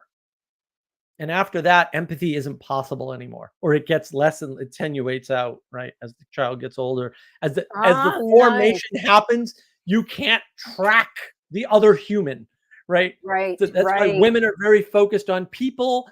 A 3-year-old is a simple person, like by any imagination, right? Okay, that was brilliant there. I mean, that I hate to tell you again, but that was brilliant because that's not me. That's Manuel and Sally Joe and that you can't track. That you can't track. We worked on for a very long time on empathy. That took a lot of work. That took a lot of work. That was months and months and months. Yeah, that's a powering tough through one. that. Yeah. Ethan helped with that. Like Ethan helps with everything. I can't thank Ethan enough for everything he does. He's another one. He's got to be in your book. I think it'd be great to have several authors. It'd be kind of cool. So yeah, empathy, because you can't track. So we're going back to the Gnostic problem in a sense, aren't we? It's Gnosticism. Empathy past the age of 4 is Gnosticism. Is that fair? That sounds right. I like that. I like that idea. Well, it's certainly hubris in the age of Gnosis. Have you been following my tweets? Nice. Yeah. It's this idea that you can know that much about a person, like an adult person. Yeah. And it's like, Yeah. no, you can't. Like, what do you You don't even know that much about yourself. Like, why do you think you can know that much about somebody else when you don't even know that much Wow. about yourself? So that ties into friendship, doesn't it? Because yeah. So what are we talking about? Well, friendship is a Let's certain go. class of intimate relationships, right? Yeah. And I did talk with Andrea with the bangs. It's actually one of her most popular videos of that. It's the most popular video of that type on her channel. It's got over Wow. 1,000 views. It's Oh, called As Deep wow. as a Puddle. Oh yeah, that video is gangbusters. Well, for somebody who didn't have an audience and bring it to her channel, that video just freaking burned up her channel. It's Nice. fantastic. Yeah, that was our talk on intimacy. So she was trying to understand this intimacy concept. And I said, look, if you're a materialist, a friendship between two men has to be gay. It has to be sexual. Aha. Yeah. Because Yeah. you don't have the enchanted idea of different qualities of relationships. So one type of friendship is that type of bond of hobbit servant. I don't have to say manservant because they're hobbits. Hobbit servant, right? You've got hobbit master and hobbit servant, right? And then what that lesser, but not lesser in every way, because he ends up greater, ends up marrying and having children, for example, right? What that relationship enables is for the ring to be destroyed. The ultimate power in the universe to be destroyed. Because the ring in Tolkien's story is the ultimate power in the universe, power for evil, and because it's only an evil power, right? Because it only tends towards evil, because it was born of evil and had evil placed in it deliberately. This is how evil works, by the way. It's always deliberate, malicious. It's the ultimate. It's the ultimate enabler. Whoa. Sorry, Jesse. It's not the ultimate evil. It's the ultimate enabler. Whoever has the ring is enabled to their most extreme potential. Right, but it's also the most powerful thing. Yes, but that is the most powerful thing. If your potential, your possibility to enact the future that you desire, which often brings out the evil in most men, right?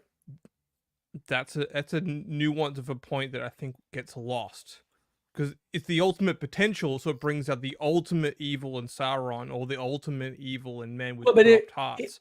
But it does not bring out the ultimate evil in Frodo. What it does is it increases his burden or his his sense of suffering. It does. It does bring him towards evil. Yeah. Well, and I think there's a fundamental difference between the rings, right? Because the elves master the other rings, but they don't even think they can master that one. Yes. Right. Yes. They can't override with goodness the evil of that ring. Right. It's very. Wow. We should break down the Hobbit in terms of plus, minus, and neutral, right? Because there's the plus, minus, neutral. Right, like you can't get around three frames in The Hobbit. You can't. Yeah. Everyone does, but actually, if you think about it for 10 seconds, it's all 3 frames all the way down. Right, it's all that neutral state. Well, a lot of the characters in Tolkien's world are neutral. Yes, the Rohirrim aren't contributing to the Project of the Ring at all. They're focused on the Gondor restoration project. Frontier, essentially, right. Yeah. They don't contribute to the journey in any meaningful way, except by accident. Really, they're not even aware of the quest to destroy the ring. Like almost nobody's aware of the quest. Oh yeah, that's the real secret. Right. So most of the actors in the world are neutral with respect to good and evil in that way. Right. And that's why some of them go to Sauron's side, and right, but it's the nature of the relationships in the story, and story is the thing that highlights the quality of relationships, right? And I think that's the key. So the question is, how does all that work? Well, and this is what thing I was talking about with Ted. So in Ted's Convivium talk, he very nicely shouts me out and says, "Oh, this is an idea that Mark gave to me, the many-to-many relationship. That's our idea of the poetic way of informing the world." This goes back to the 4 P's of information. See my video on the Knowledge Engine. Knowledge Engine video on navigating patterns is a great video. Need more views on that one for sure. I need more people asking me questions so I could do another video to explain all this stuff, whatever they're not understanding. It's perfectly clear to me. I did the video. I had slides. Anybody wants to do slides for me, let me know. I need more slides. I got 2 other videos I want to do with slides. That idea of having a poetic connection, navigation relationship in the world, where it's a many-to-many relationship. It's not linear. It's not discrete. It's not one-to-one. It's not like procedure. Follow this, then follow that, then follow this. It's, oh, you can enter any of these points and you're in this world. And then you can go to different places from where you enter. Not all the places maybe, right? But you can decide which way to go. The land of decisions is the land of poetic participation. When you're living in a world of propositions and procedures, you're screwed. Everything just works exactly the way it works, and you don't have any agency. Yeah, well said. That's the You nihilism. need boundaries. You need boundaries and constrictions. In fact, boundaries and constrictions help you to enact good in the world.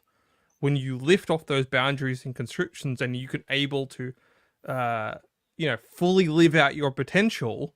Well, you don't know what that is because you've lived within boundaries and constrictions for most of your life, and that has caused you to suffer, which has developed your character. As soon as you take away those boundaries and constrictions, Right. like all of a sudden anything is possible, and that will bring out corruption in you because it's Right. Gravity actually makes you a stronger person. Right. So that's the thing I wanted to point to there, and that's having those boundaries and constrictions helps you enact good to the future. If the future is open to you, but it's not everything is, as you're saying before, not everything is possible for you. So that actually helps you choose. Well, you should choose the good in the world to live out from, rather than and knowing that there's good and not good in the world helps to give you the contrast. You can have the discernment, so you can make the judgment to choose the good in your action. Yeah, I got to do a roll-up video on those. In fact, I should probably do a recorded video on discernment, judgment, action again, and make it. I've told you. Wow. So in the world of proposition, the world of propositions, there's no agency. Wow, exactly. Yeah. You build a closed world. Yeah, you build a closed world, and then you've got abstraction and God and gnosis. Wow, exactly. Yep. Cool. All right, good. Very People nice. are seeing it. It's only been like 3 years I've been talking about this. That's great. Well, 4. Well, I got a lot of. Well, I won't tell you where. A lot of the paradigms that you overlap so well with Dr. McGilchrist that it's really good to. That's why I love listening to you as well, because then I hear it in a different voice, but it's the same concept. So it's very exciting. But I don't think he went that far. I think he hasn't said that specifically, and I really think that's a brilliant insight that there can't be agency. So that's the frozen world. That's the inferno. Right. Yeah. Flat world. Well, and that's the nihilism. Flat if we like, flat, frozen. Flat and nihilistic, because you have no agency. So the heat death of the universe. Why do anything? So no stories either. No stories. No agency. No stories.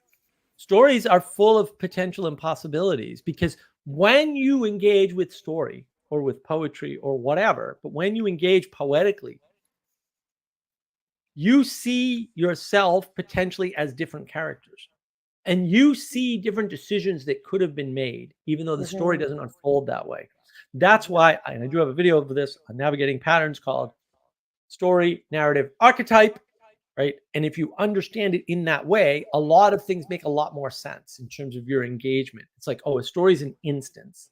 Stories, multiple stories, point to archetypes, and those archetypes, point to narratives, and those narratives point off to the archetypes. And so it's a filtering system effectively. And so it doesn't make any sense to talk about story and then narrative, because you need multiple stories contrasted to see narrative. Because narrative is the template or the framework that stories use.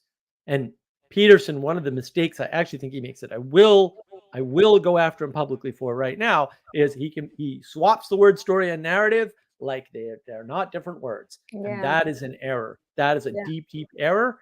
There you go, Elizabeth. I made you happy. I've critiqued Peterson.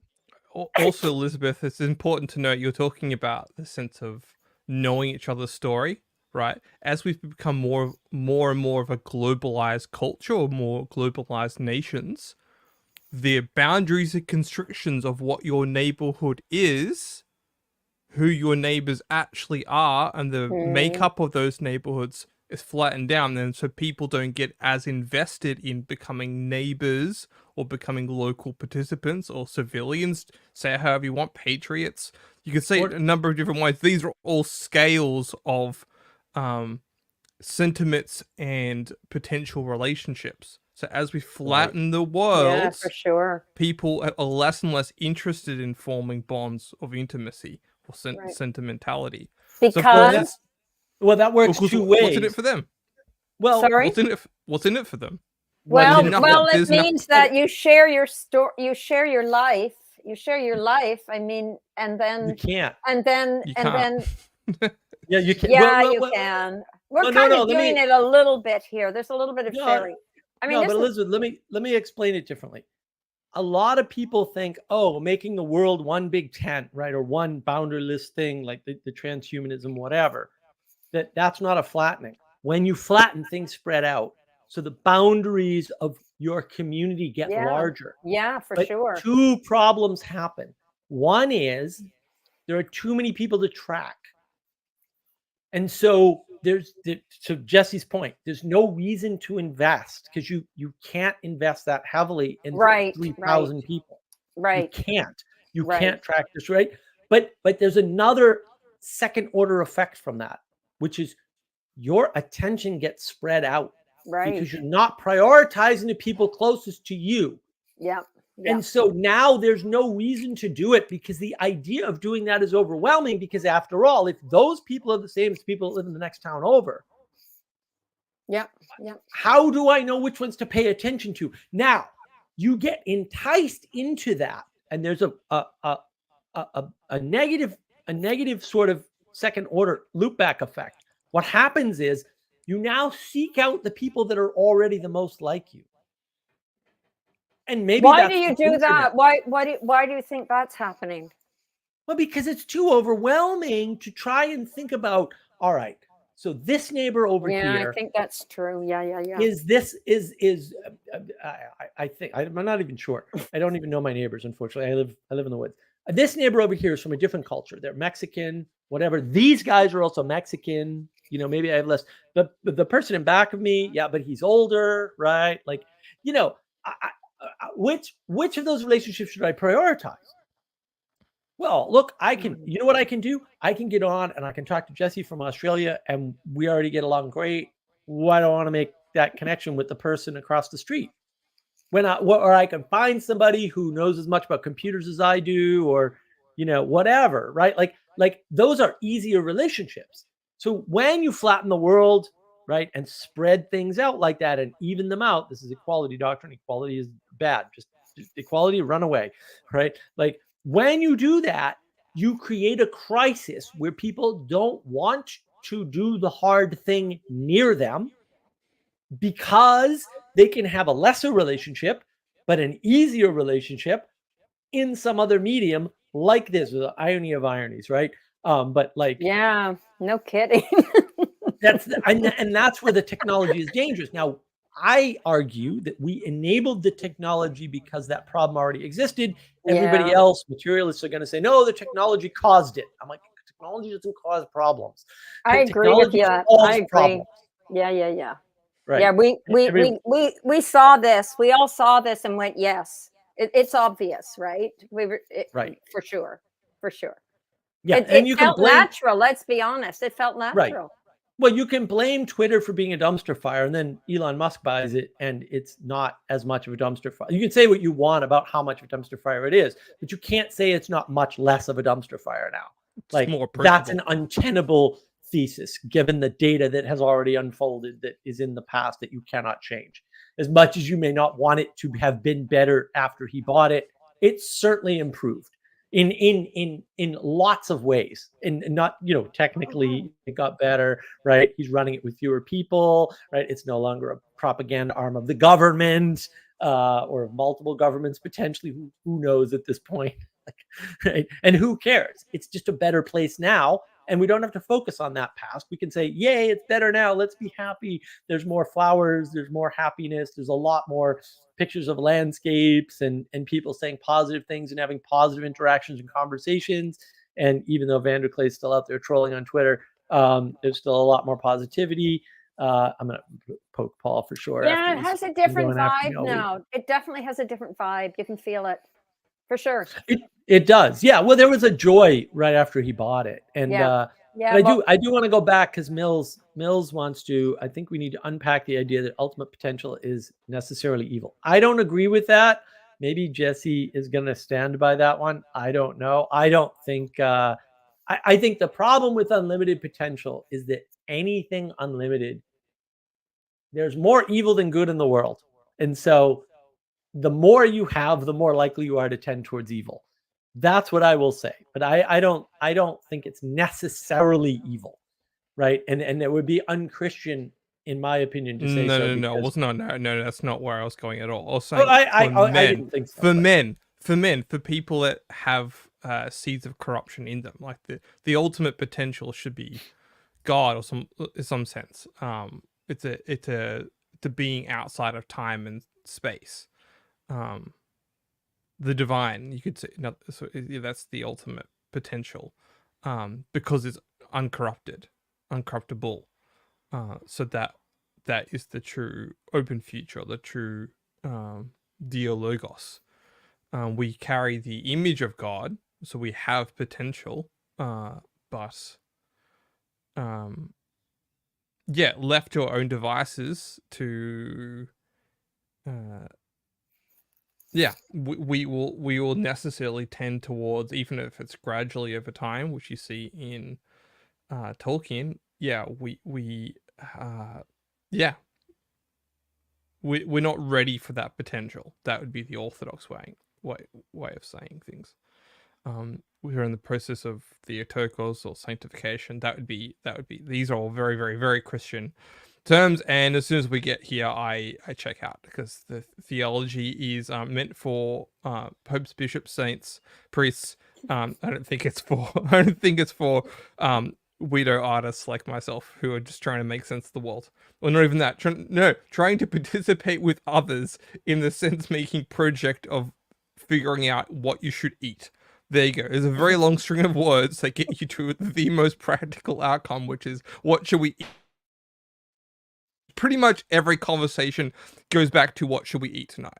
That's about it. And that's why it's actually a lot of, if you can trace a lot of narrative threads back to hospitality, like you were saying before, Elizabeth, which is a form of gratefulness. They literally come back to food or festival. Even most festivals are actually festivals of hospitality, which implies food. Or most religious rituals around the world actually involve some form of consumption of food or something of that nature, some sacrificial element. So actually the best movie on this, I know I'm going a tangent, is Stanley Kubrick's Barry Lyndon, which if you missed that movie, it's got nothing to do with the 17th, 18th century, and has everything to do with hospitality. Every pivotal scene in that movie is about someone sitting at a table making a decision. That's it. That's the entire movie, is a series of people sitting at tables making decisions, and that's it. And the movie ends with her sitting at the table having to make decisions about what to do with her household. That's it. That's the entire film, and he strings you along for 3 hours of that one concept. Wow. So there you go. But again, it actually comes down to this sense of hospitality, and how essentially I would point towards that Kubrick is critiquing the British Empire through its loss of hospitality, and that's what led to its decline. So there you go, esoteric of an esoteric. It's lack of No, but I think this ties in with everything else we were talking about. It ties into story. If you don't practice hospitality, you don't have story. I mean, hospitality, and I like the fact that you connected it to appreciation and gratitude, and there we go to grace, right? And so, but maybe that's the ancient mechanism of sense making is hospitality. Wow, I think this is important. Chapter 9. Yeah, well, I think I think that what we've lost in recent times is the ability to inform ourselves poetically about the world. And so we can't have hospitality. We've got a bunch of people who can't read poetry. They can't find anything in poetry. You have Ted's giving his talk, right? And he's convivium. He says, yeah, so the AI engineers say, oh, look, AI can write poetry and it's indistinguishable from human poetry. And Ted goes, no, it wasn't. Like, I could tell the difference. He said, but I could see why a bunch of AI engineers couldn't tell the difference. Well, that's very telling about what's wrong with today. They don't know, they don't have the discernment of proper poetry. And it's not arbitrary. And I got to push back on Pastor Paul's video about poetry reknitting the world and blah. You just misunderstood a bunch of things, in my opinion. I'm going to claim to be the expert in this since this is our work. Actually, right, we were here 3 or 4 years ago now. We heard a long time ago with the poetics and how that, and we called it parabolic in the beginning. Fair enough. Whenever Mary Cohen came up with that, you know, I hope she's resting in peace in her soul in heaven. She's a wonderful woman. I really miss her. I wish we could have gotten to talk to her more before she passed, but she was on to the parabolic and a different way of knowing. Obviously, we replaced the perspectival with what we're now naming the poetic. And I think that's important. People have lost the way to interact with something that isn't propositional and procedural. Right. And they go, well, those propositions make no sense, so they're word salad. But actually, word salad was originally used meme-wise to talk about the likes of Sam Harris. The original memes around word salad were all about guys like Sam Harris, right? Guys who were not making sense, but were making lots of words. Yeah, that's what word salad is. You're saying lots of words, but you're not making sense. Those words don't fit together. I know. There is a difference between that and poetry. And the difference is discernment. There's lots of people making lots of words that can never, ever, ever make sense. You cannot take random words and put them together and make coherent, sensible things. That isn't how the world works. That scales up and down fractally. The world is a self-similar fractal, right? So you also can't do that with pieces. You can't take a brick, a cinder block, and a block of wood and make anything out of that by itself. Right. Like if you want to make a brick house, you need a bunch of bricks. You don't only need bricks, but you need a bunch of bricks. You can't substitute some of those bricks for something random. That doesn't work. Right. In the same way, you can't just pick a name out of a hat and go, aha, relevance realization. Relevance realization and the problem of attention are the same thing. Look, I like relevance realization. I'm still a Vervaeke fan in that way, but no. Relevance realization is a black box. And what it really is the problem of attention. It's the same thing Peterson talks about. I think using relevance realization is a good term. But actually, Peterson, Peugeot, and Vervaeke are talking about exactly the same thing using different language. Probably Peugeot understands this perfectly well, and the other two do not. That would be my guess. For sure. Maybe I'm not giving Peterson enough credit, but whatever. No. He doesn't get it like Jonathan does for sure. Not like Jonathan. He may get it more than John does, but because he listens to Jonathan Peugeot and steals all his ideas. It's true. Thank you, Michelle. That's very generous of you. Thank you. I've found sharing our struggles, we overemphasized or dismissed it. Advising find joy in life by worrying less about the temporary, yet no avail. I ask them, is grace being exemplified through this actions? Yeah. Look, I think the way we share has changed and what we share has changed.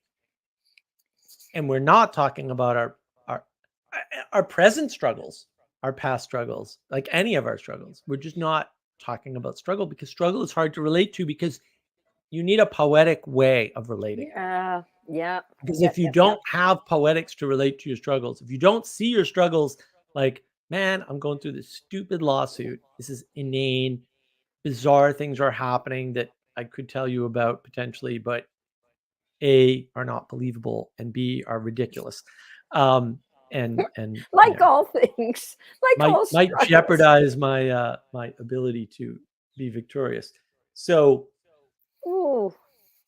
the struggle is there, and if I think of it in terms of what might happen that would be bad, like, oh, we get to the end of this and it doesn't go in my favor and I lose the investment of probably $100,000 to date and probably a lot more by the time we're done and get nothing out of it but 4 years of struggle. If I focus on that, that's no good. If I focus on the best possible outcome, it's still a terrible outcome because, it's been 5 years. This is a long road.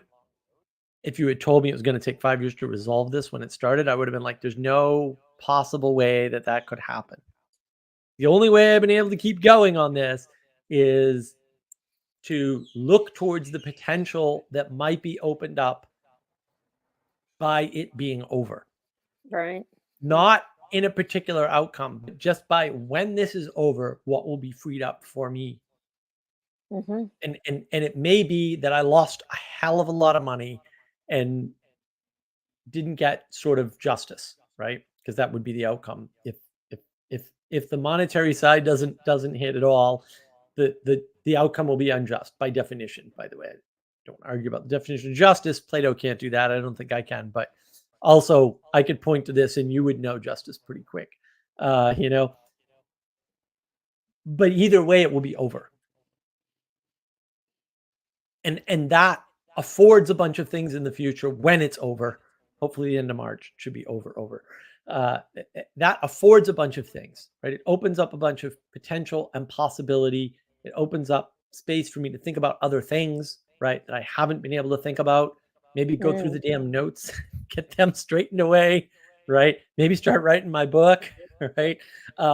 Whatever, right? There's a bunch of things. If I don't focus on that, if I over focus on a particular outcome, like, oh, if I don't prevail financially to this degree, it was all for naught.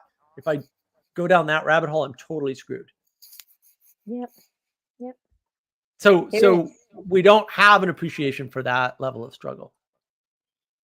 Yeah, I think that's true. I think we're lacking courage for this, for all of this.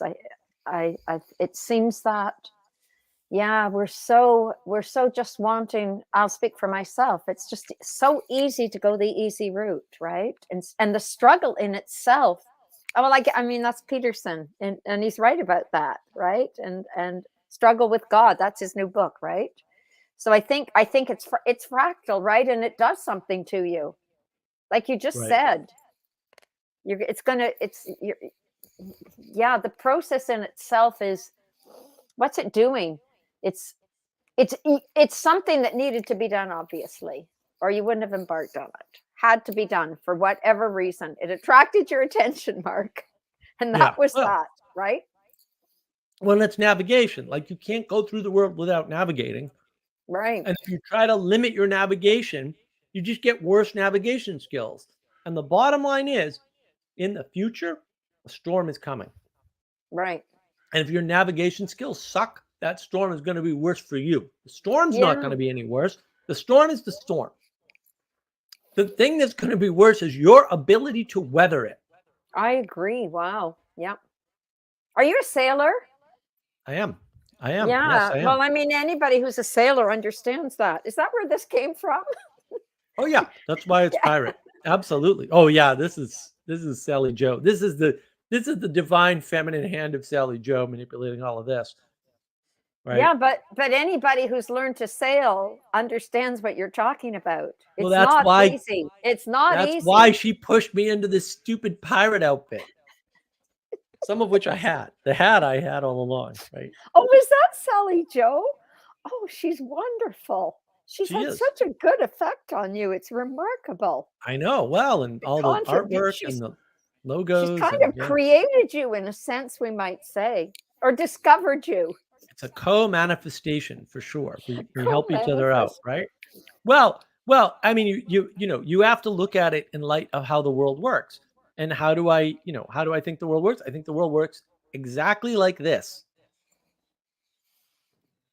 Right? Yeah. Women point up to the higher thing that the man can't see. The man points down at the thing he's built. Yeah. You need both of them. They are not optional. And this is the ultimate collaboration, right? This is probably a year, at least several months of me That's struggling. Yeah. Well, I'm trying to explain this simple diagram. See, it's simple. It's right in front of you. It was very simple all along, and Sally Joe took forever to draw it, right? I mean, that's how it is, right? And of course, I have one right there on canvas. You can buy that at shop.markofwisdom.org. Oh. I'll post a link. Yeah, you can buy that. You can buy this lovely I lovely love mug it. too to help you consider. What's I think your website? I don't even I think know. we have it in black even. You have it in black? What's your website? Tell me. The website is markofwisdom.org and the shop is here. I'll post a link. Mark of Wisdom. Bang. I like that picture. I don't know about the mug though. I don't know. I'm kind of too old to be a Muppet, no? Oh no, you're definitely a Muppet. No, you're definitely. Well, if there's a black one. Yeah, it's a brilliant image for sure. And so what is their feedback? Can you hear it? Yeah, there's a little bit. I don't think it's bad enough to worry about. Okay. So hospitality and Sally Joe's image. Go. Come on. Hospitality and Sally Joe's image. So the thing toward the future can only be enabled through poetic engagement. You can't do hospitality and navigate that relationship with people without that poetic engagement. Right. Everything is about poetics. Yeah. You can go back to any of my live streams or any of my videos. Yeah, I'm with you. By the model with poetics, the whole thing. I'm totally with you. But there's a lot to say, right? Oh, so I should be listening to many of your videos, I'm assuming. You should. It's true. All the model videos in particular. I have a models playlist. That's a really good playlist because it gives you that simple model that sort of inspired the whole channel. Like, oh, here's where people are stuck. One of these places, right? And what I'm trying to do in the early model videos with the terrible slides, but I have slides, is to show you how to identify where people's worldviews are stuck, like at what dimensionality, at what level, right? And then what's the next step to give them? Right. And then once they get that next step, you get the next step. So that's all outlined in the videos, actually. Is it outlined well? I have no idea. Those are the early videos. Although I have it on good authority from Australia that there's gold in some of their videos, right, Jesse? So hopefully that it's there. And maybe I just need to do them again or do more or whatever. And I'm happy to do that if people request it. And then that you get to the knowledge engine video and it's like, oh, you can use those models plus this knowledge engine system, right? This layout, it's a map. And now you can just help lots of people very easily.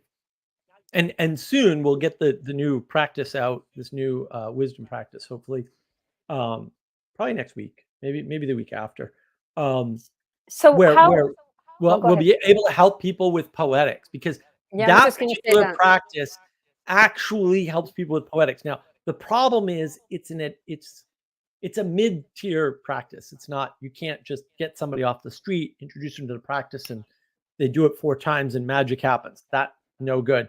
You got to get them in with the first step, which is showing up on a regular basis, getting self-aware, right? Having some relationship. Maybe it's meditation, maybe it's not, right? Something where they're engaged, hopefully on a daily basis or at least twice a week. And then you can draw them into this practice, right? And then get them engaged with, because you have to give them the boundaries where they end and other things begin, right? and then maybe they can engage further, right? And then you can get them into poetry. And once you get them into the idea that poetry is not drivel, it's not world salad, right? You do this practice. We open up the poetry for you effectively. First, we open up prose, then we open up poetry, and bang! Now all of a sudden, your own capability, your own navigation takes over. Right. And now right. you can weather that storm. The storm is not going to get worse. Yeah, right? for sure. But you can get worse and make the storm worse for you. Yeah, and if you don't get what you just said, oh my, heaven help you. All I can say, heaven help you, because wow. So what are you calling it? Poetics? We don't have a name yet. We've got a number of candidate names. Culture. We have to fight over it. Culture. Nice. Culture. Nice. No, we're not calling it. We're not calling it culture. To your point, though, Elizabeth, I know you're not on Twitter, but this week a poetic engagement is quite good, and I'm about to echo that sentiment. I'm going to use a word that's a bit taboo on this channel, but I'm using it for very technical reasons. And I was actually having a minor Twitter spat with the great Burn Power. I'll call great technically. Yes. I am on Twitter, actually. I think she is on Twitter. What are you talking about? Secret channel. Do you follow me? That's the real question. I didn't know you were there. But I might. Anyway, tell me about the Burn Power thing. I'm fascinated. I'm interested. Go. Mark can send you my different Twitter channels. When we adopted modernism as the standard of society and civil practice, we changed from a culture of participation to a culture of distraction. Participation is that hospitality that sits at the bedrock of all local different different places, different things. You participate in the community, you participate in the street, you smile at each other, you maybe go to church or use the same baker, you buy the same meat from someone, etc., etc., etc. When modernism became at its peak, let's say somewhere in the late 19th century, maybe the late 80s, we became a people that were consumed with distraction, with products, rather than with participation. There's that lack of hospitality. There's that changing of the sentiments of the people. There's that lack of culture. And then, as Mark has been saying many times through this channel, it's actually that participation, that embodiment, that that brings the wisdom, it brings people back together, that forms those bonds or sentiments that we need to restore. And that's how you best learn as well, is actually with others. Like, I've learned more through doing and being a part of this channel, being part of Mark's project, than reading any of those books back there, purely because it's a participation practice. It's the same thing with meditation, or you could say musicianship, or anything. You learn more as a craftsman, let's say that, another big broad term, by doing it with someone or having that regular feedback than you do if you do it as a solo, or in a silo. So absolutely. That's what Mark's last name means. It means craftsman. I looked it up because Paul Vanderklay was talking about the spelling. So I looked up your name and it means craftsman. I know. I still call him an artist in private, though, which is just I like craftsman. He's a pirate craftsman. Like, how cool is that? Come on. It's Smith. Great. It's Smith. It is Smith. Yeah. You're Smith. Yeah. Usually I love blacksmith. Yeah. Oh, usually blacksmith or Lefebvre. Usually. Oh, yeah, that makes sense. Okay. Yeah. Yeah. But I love your connection with between participation and wisdom. Well said. That's exactly it. And it's like the thing that's right here. Sorry? It's the thing that's right here, right? And we're busy doing this. And it's actually right. Like, it's often a lot of what we encounter in 2024 are things that are just so here, but we're so used to being distracted by looking what's around rather than the thing itself. Yeah. Well, and that gets back to the locality. Oh, keep going. I'm really curious about this. Very Go. much so. Well, that's participation is all about locality. Keep going. You can get a book on how to play the piano, and that book could teach you how to play the piano. But the person that wrote that book is far away. they might be dead. That's not to say you can't learn from them, but you would learn better if there were a person there teaching you what that book has. So what do you mean by locality then? Are you talking about distance in a sense? It's distance, right? But it's distance in time or space, and usually both. Distance. Why are you calling it locality per se? It was the best word I could come up with off the top of my pirate brain. Intimacy. Intimacy. I can Right. just It's keep a saying type of that word relationship. again. It's like the thing that's like right there, and we're like, oh, it's maybe something. No, it's right there. It's like whatever is right there, you are intimate with or not intimate with, trying to avoid through distraction. That's causing you to either trip up or not see the next step. If we want to talk about the future, often the future is like not 3 years. The future is literally tomorrow. Like Right. that's it. Like if that is what you are intimate with, like, you know, there's a common saying that, you know, tomorrow starts at 6 p.m. today. Like as soon as the sun's setting, like tomorrow's so whatever you're choosing to do to set yourself up as the sun is setting, that is literally your tomorrow. Right. Like there's no way to avoid that. Like it is coming for you, or the storm, as Mark has been Right. saying earlier. Well, it's and- always- Yeah, it's always there. yeah. I don't know where you got that from. Is that an old custom, an old wisdom saying that you after 6 the But future is now? you could say it, yeah. You could say it in a number of different ways. I won't tell you the source because you'd be like, what? But sometimes sources aren't actually relevant. It's the wisdom they're behind distractions. them. That's Yeah, but you know, when I was growing up, it's really Yeah, interesting you said that, because I being 71, when I was growing up, that was part of our culture. We all knew that. In Right. the family, for example, that's how we lived, with that piece of wisdom. And for example, just the way what we did in the evenings, right? You put out your clothes for the next day. You're already in the next day. You were already there. We already knew that. We've lost that. We're so distracted. Here we are. So you know Well, what you that knew it. was? You knew it Continuity. but you knew it in participation. You knew it because you Yeah. participated with it Yeah. in the moment. You didn't But it know it wo- because someone told it to you. No, but and it then worked. you were like, oh, now I have that knowledge. Participatory No, knowledge is no. not something you have. It's not something you transfer from person No, to no. person in that way. But No, that's it's the be- locality. For sure. It was a ritual that we think of- put out our clothes the night before. You put out your Right. clothes for the next day. And that it's really nice. It's really it actually is, what it's doing is creating time as duration is what it's doing, right? Right. Which is another really important concept. Right. But see, that's the locality. So there are things you can train people to do through exemplification, for example, that you can't train them to do Absolutely. any other way. Right? Absolutely. And if you're training through exemplification, they have to be near enough for you to exemplify them. Yeah. Key point. And so but locality also works the following way. A book about how to play piano written 100 years ago is not as useful to you as a book that was written last year. On average, Perhaps. not It entirely, depends.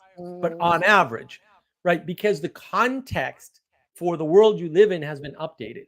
So, for example, a book 100 years ago wouldn't tell you anything about the feel of an electronic keyboard, and that varies greatly. Whereas actual physical pianos did not have such great variation in them.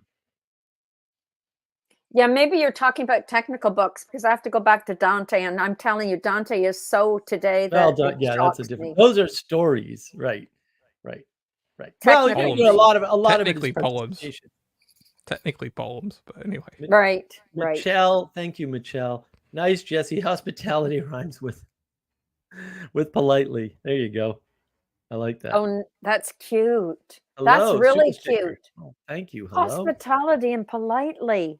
How? Yeah. That's good. That's good. Sally Joe could do a picture on that. Oh, maybe. No, seriously, hospitality and politely. That is really great. Wow, smart. What's the Uh-oh, we have lady's name?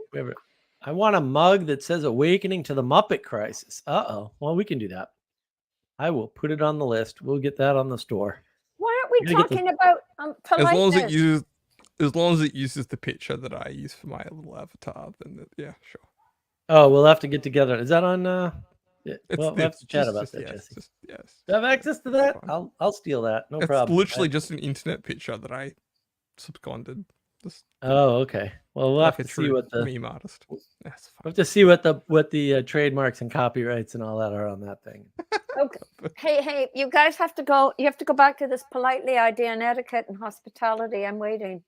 I think they're really Well- connected, and I think it's well- super important, and it's connected to ritual and going to church. Politeness is the ultimate ritual of cooperation. And I was going to do a whole Ultimate stream about this. ritual of cooperation. It is. Can I quote is. you? Yes. And I politeness. miss listening to you, Mark. You're good. Why did you stop listening to me? I was in Europe, and it was like 3 in the whatever time it was. I was already half dead. You people in your Europe. Well, I'm glad you're back. That's what matters.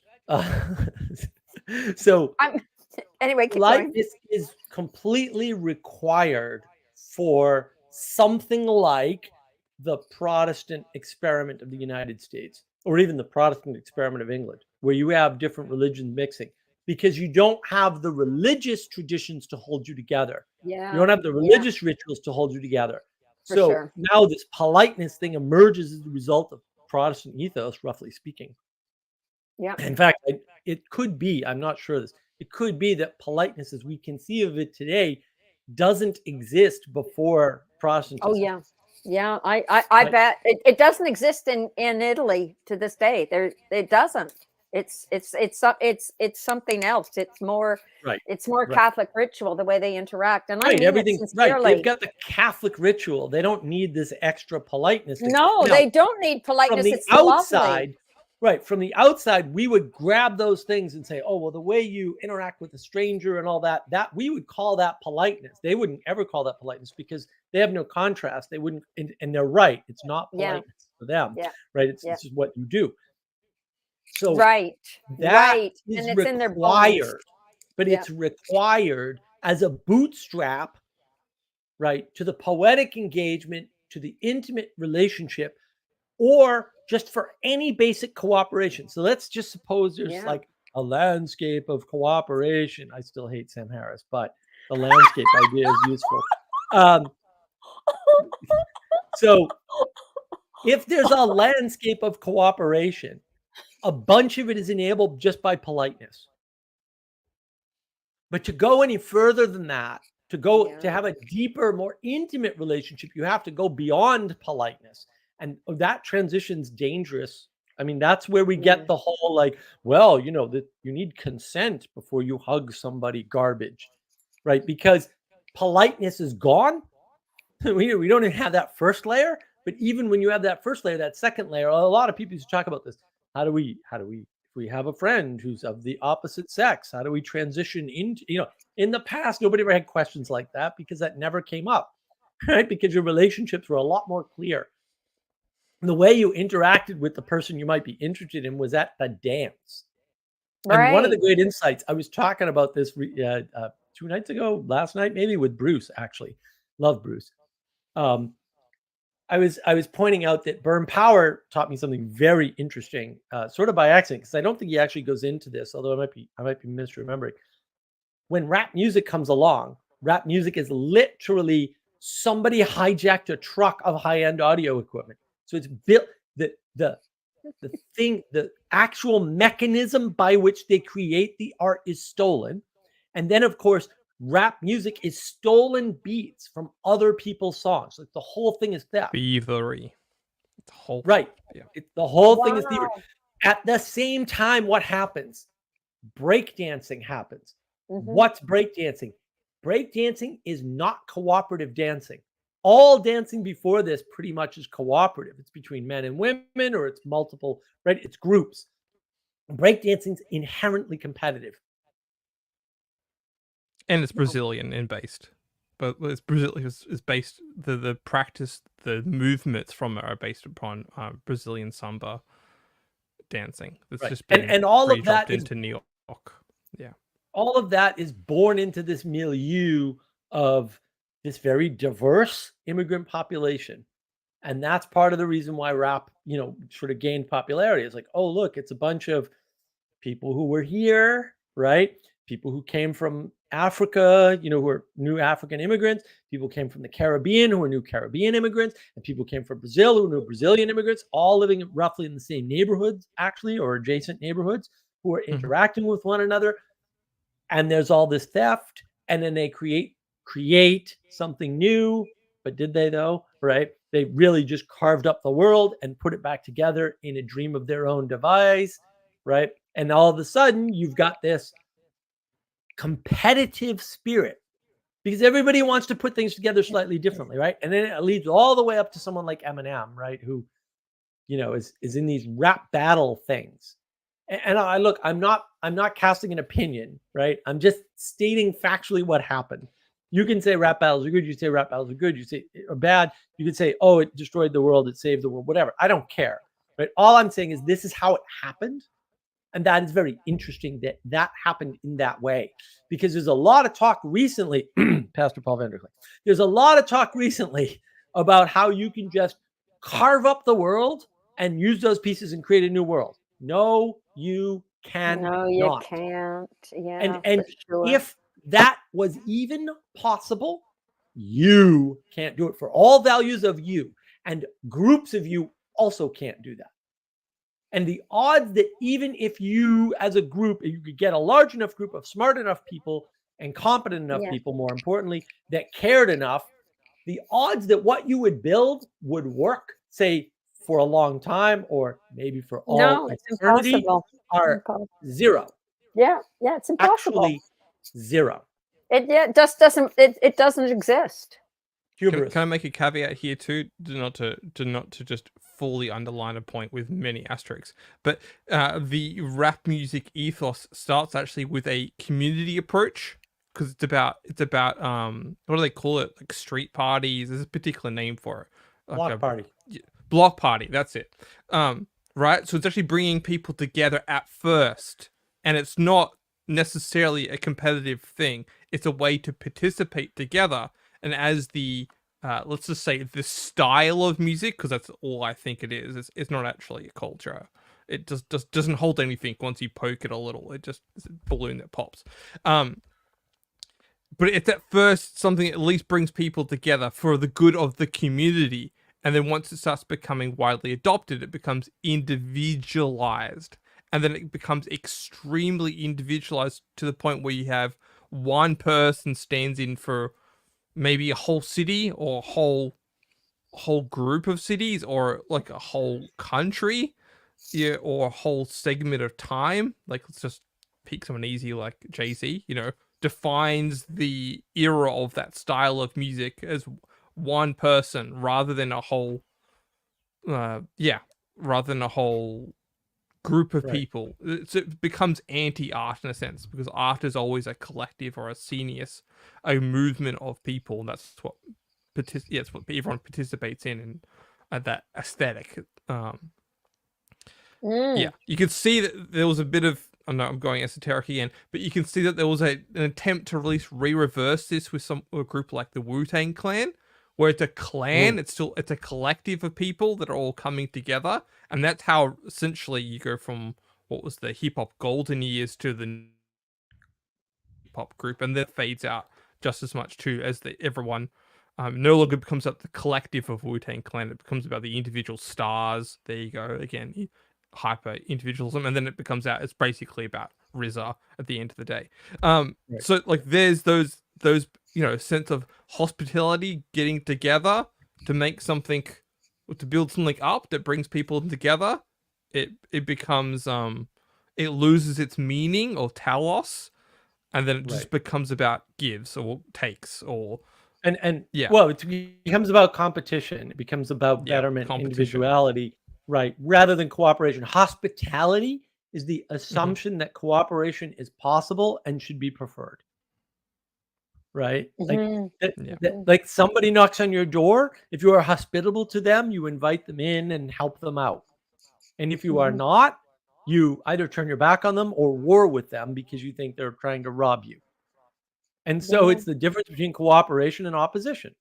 And that's why opponent processing is bad. I don't care what anybody says. It's pretty easy to see. I don't know why you'd support it, but whatever. That's your cross to bear. Also bad. Cooperation is good. It's cooperative processing. You don't want opponent processing. I did want to address this. Hello, or rather, pluralism is a broken thing, and there are endless rituals to try and evaluate it. Pluralism is fine with the politeness ritual. You take the politeness ritual out, pluralism starts to fail pretty quickly. Also, you can have too much pluralism. That's a different problem. It's the wedge that cracks open the door to a lot of broken stuff we have going on today. For sure. For sure. There's a couple of wedges, though. There's not one. I mean, this is part of the problem. Hello, is breakdancing really a weaponized dance for slaves forbidden from having weapons, or is that just a video game? It's partially true. A lot of dancing practices from cultures that were removed, not even enslaved, just cultures that were removed from their originating space. And you see this worldwide, by the way, not just with African slaves or whatever. Right.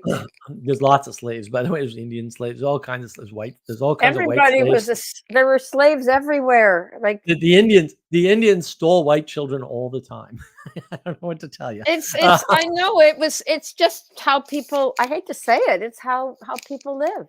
It's just it was Well, it is, and also there's different types of slavery, and yeah, we get into craziness. But and I don't want to. One of these days, I'll disambiguate all that stuff. But so did we? But is the word politely though, or is the word? I like the hospitality and politely going together, but is there something else that plumps out the concept as well? Like, is etiquette? I'm always been interested in etiquette. Is etiquette a meatier, MEATIER form of interaction, for example? It seems to me like it has more of a sense of ritual to it. Yeah, let me finish my my people removed from cultures comment, and then I'll address that for you, Elizabeth. I think when people are removed from cultures, whatever they were doing before, and cultures have certain components that gets morphed, right? So if you have, like, if you remove a Shaolin monk from the monastery, they don't stop fighting or learning the things that are tied up with fighting, because monasteries in the West and the East always taught martial arts, is what they're called, right? They always taught fighting practices, always. That doesn't go away. If that scene is aggressive, it morphs into dance.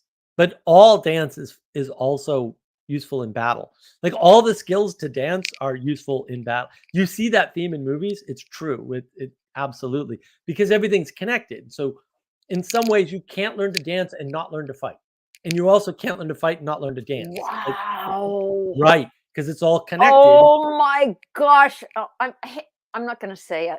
That's why the monasteries dance. But that's why the monasteries are like that. Monasteries did a bunch of things. We destroyed them in the West. Unfortunately, we've been suffering. But I have a video about that on navigating patterns. See my monastery video, right?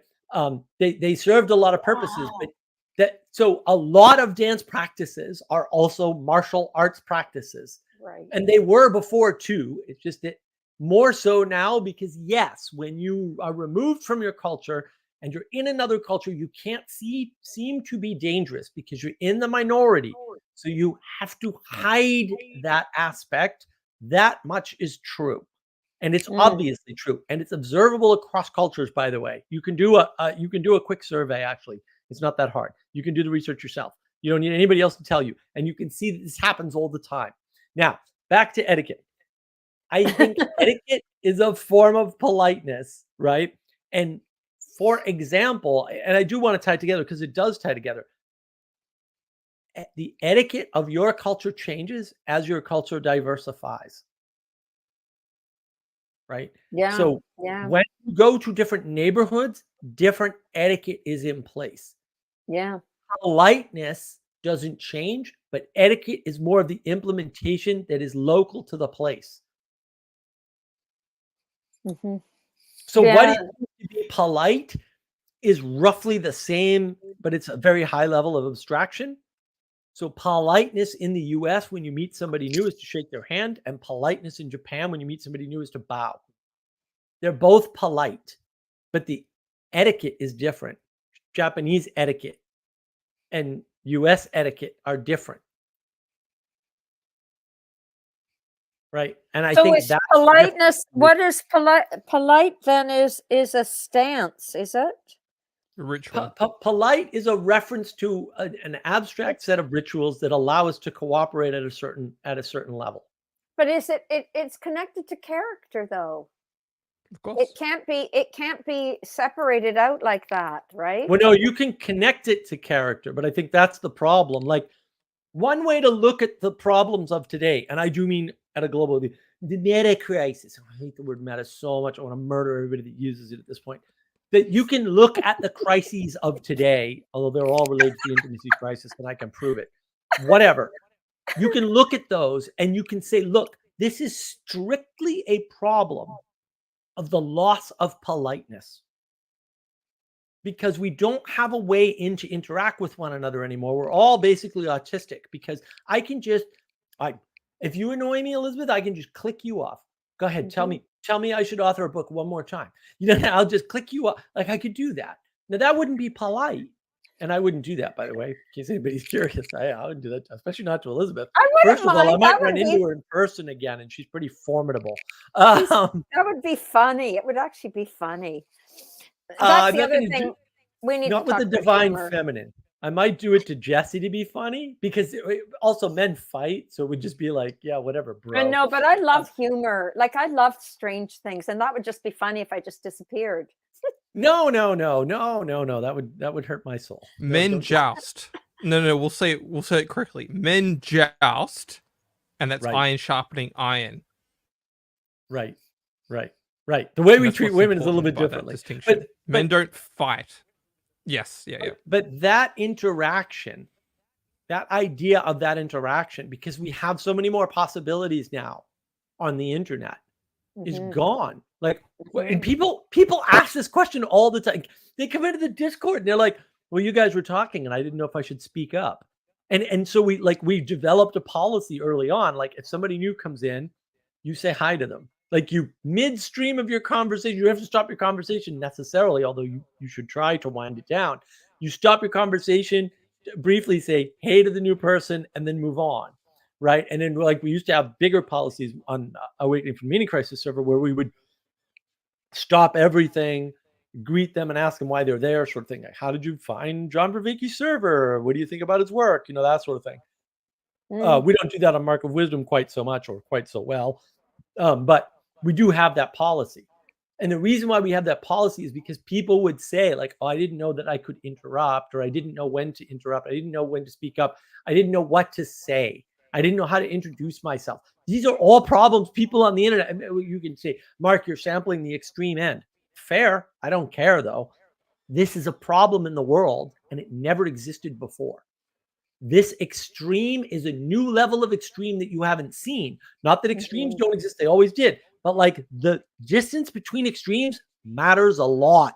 That's the flattening of the world. As things spread out, the extremes get less sort of lessened, right? But also more extreme. And if you read Nassim Taleb, read all his books, they're great. You'll understand how dangerous that is.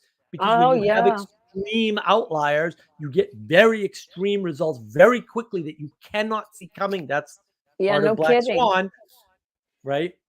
It's all sort of connected. Politeness holds that in and holds that together because it gives you a ritual, and maybe it's too abstract and you need etiquette too, but it gives you a ritual for interacting with new people, with strangers, so that you can develop an intimacy with them that allows you to cooperate more and more and more over time. And that's super important because when you first meet somebody, you don't know anything about them. The first time I met Jesse, I what the hell is this crazy Australian doing on my channel? I don't even like Australians, to be quite honest. I had many problems with many Aussies. So like, and kangaroos, like what even? So do I. But because there was an etiquette established for the channel and for the way I deal with people online in general, we were able to develop an a more intimate relationship, right? Where we now talk to each other in a way we didn't when we first met. Obviously, it develops over time. That's why future, present, and past are important to understand, because the relationship I had with Jesse a year ago is not the same as the relationship I have with Jesse now. They're different fundamentally. And that's actually important, because that allows for potential. When you squish time down, when you flatten, when you reduce it and compress things, your potential goes away first. Yeah, And there now ain't I no can't be poetry. friends Yeah. with you people because I can't develop the relationship over time, add to the quality or qualities of it. I can't do that because time doesn't exist. And now I can't have this deep relationship where I could just boot Jesse off the stream and he'd laugh. Because if you do that too soon in the relationship, he gets pissed off and never comes back. Time is important. Intimacy is important, and it develops through that timeline. Yeah. Yep. And Yeah, well politeness said. is the structure that allows that development to take place. It's a place to allow that to happen, right? Etiquette and politeness allow that interaction to unfold, to begin, and then to progress in a healthy way. Progression without a framework, without a telos, without a container, and without a head is pointless and will lead to bad things most of the time. Maybe all of the time, but at least most of the time. I will also say that etiquette comes through culture.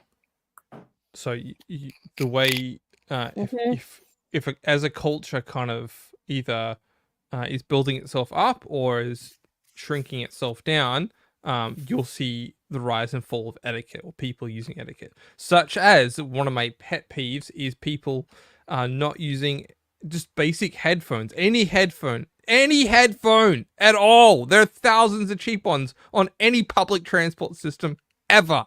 It's just good etiquette. Don't come on and talk out loud. No one wants to hear your video, watch your music, whatever it is that you're doing on a public transport service. Like, ugh. But the thing is, it's those things that ruin a culture. It's symbiotic. The etiquette and the culture talk to each other, and then it informs the higher level, which is the politeness. Like no one feels like they can actually interact with one another because there's not that shared sense of direction. We could say shared sense of Right. belief. It's a belief in the good. Well, Right? if you want, Like, if you want, Yeah. if you want Nicely direction put. to work, you need a container to make direction work. Right? Direction's fine. Like you need direction. It's insufficient. You need navigation.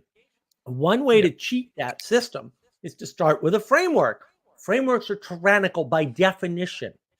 Get used to the tyranny. And I will give Benjamin Franklin his due. All this should be taught in schools. No, all this should be taught by your parents. Schools should reinforce it by your maybe, parents. but it has to be taught by your parents. It has to be way earlier than you go into school. Like you have to see politeness exemplified anyway. It's very hard to teach etiquette in school, although you can do it. But I by did that it. point, I did it's it. too late. No, you can do it with younger children. No, you can do it with children if you understand. If you understand what with they young need children, yeah. exactly. Yeah, but you'd be surprised I mean, they're hungry for it too. On the other hand, I'm going to be honest. Like they're just so glad. Oh my gosh, they're they've love entered constraint. they've entered paradise when you're. Oh yeah, nothing like a strict old fashioned teacher, right? No, who's it highly helps. creative. Who's highly It, creative. it's it stable. focuses your attention, right? Being in a container focuses your Oh, attention. yeah. Your attention Oh, is yeah. very limited. You don't want it spread out. That's bad. Equality is bad. You want to know where to order your attention. And I think Ted said this in Convivium. Poetry in particular, it gives you an ordering for your attention. It's the way you order your attention. It trains you to order your attention properly. That's what it does. That is correct. And poetics is the trains way you. that you do that. It trains you to order your attention. Okay, Yeah. 2 more sentences, please, on that. So What is his a point is concerto? that reading poetry gives you an order for things, right, that you're attending to in the moment. So tiger, burning bright in the forests of the night. Yeah. Look at the ordering there. You're starting from the individual thing, the tiger, right? And what it's doing something, it's burning bright. And then it's in the forests of the night, right? So there's set and setting, right? So that's ordering your attention. And then because you engaged with that verse, that's helping you to order your attention in the world.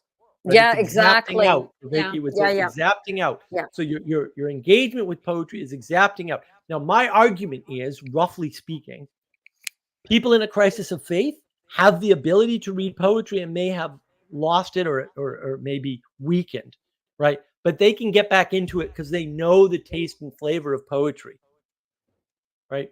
People in a meaning crisis never get into poetry. There's no attractant for them there, and they don't have the skill. And we need, for those people, we need to give them the skill. Now, again, we have this practice where I like poetic engagement. Maybe we'll call it poetic engagement. We're going to call it something. We're going to get it rolling. We've done it before. It's unbelievably effective. It's insanely effective. It's been 100% effective. I hear you. I hear you. It's fair. I think that's totally, yeah. I understand that totally from reading Dante, because I actually posted something on Twitter to Cale, what's his name? Cale Zeldin, because he was talking about Dante, and it's true. If I don't read Dante fairly frequently, I'm out of sync with reality. Seriously. So to your point. Right. Totally Well, and that was Ted's point at Convivium. If you haven't seen the Convivium talks, they're great. I should post one. Who is this guy that you keep? Who is this gentleman you keep referring to? You don't know Ted? You haven't seen Ted? He's in the Peterson sphere with us. He put on this Convivium event, and it was wonderful. Yeah, I'll give you the Golden Echo channel. I think he's got all the. Oops, there we go. How did you find him though? How did you find Ted? Oh, he found Father Eric's Sunday streams. He's been on that. Yeah, visit the Golden Echo channel. He's got the Convivium talks there, or at least a couple of them. Yeah, I think he's got them all there. You can watch the Convivium talks. It was a wonderful experience. I was there. It was great. Ted does wonderful work. I mean, yeah, he's super smart too. He's amazing, and a lot of that was informed by our conversations on the Father Eric live streams, which are on Sundays there. So those are nice too. And Father Eric was one of the speakers, right? Dr. Jim's awesome. Dr. Jim was a speaker, and they were talking about poetry and reading poetry and engaging with poetry, and it was basically a retreat. So it was started out with an evening. Well, it started out with paintball. That was great. There's nothing more satisfying than hitting Ted with paintballs. I can tell you that. And the joy of getting hit with paintballs too, because that was definitely happening in both directions. And then we went to dinner at his house. And that was lovely. And we had dinner around an enormous bonfire, which was just delightful. And then the next day, and then we slept in the retreat place. And then the next day, most everybody who wasn't at dinner showed up. And then every night we had a bonfire, and it was sleep together, wake up in the morning, go to breakfast together, go to a talk, coffee break, another talk, lunch together, talk, coffee break, talk, dinner together, campfire together. It was crazy. It was just like boom. Like the whole thing was just one continuous event. It was fantastic. Hospitality. Yeah. There's that hospitality. Yeah. And in the middle, people are getting up and reading poetry, their favorite poems and stuff. That's not recorded, obviously, but it was amazing. Yeah. And having conversations, around campfires is magical. Mm-hmm. And so all of that was rich. And so you should check out the Convivium talks. There's a playlist on the Mark of Wisdom that Father Eric posted. I think he's built a playlist of all the talks. But it was just wonderful to hear people talking about poetry. They were talking about Dante. They were talking about poetry in general, right? We're talking about the 4 quartets, talking about the story of Job with Jess, and Jess is awesome. Yeah, meeting Jess was awesome. And that's Not the me, thing someone else. is that idea of the many-to-many relationship, that poetic navigation was a theme all throughout, effectively. Oh, wow. So how long have you been working on this, did you say, this whole poetic engagement idea? About 4 years now. Wow. It's been a while. Where did it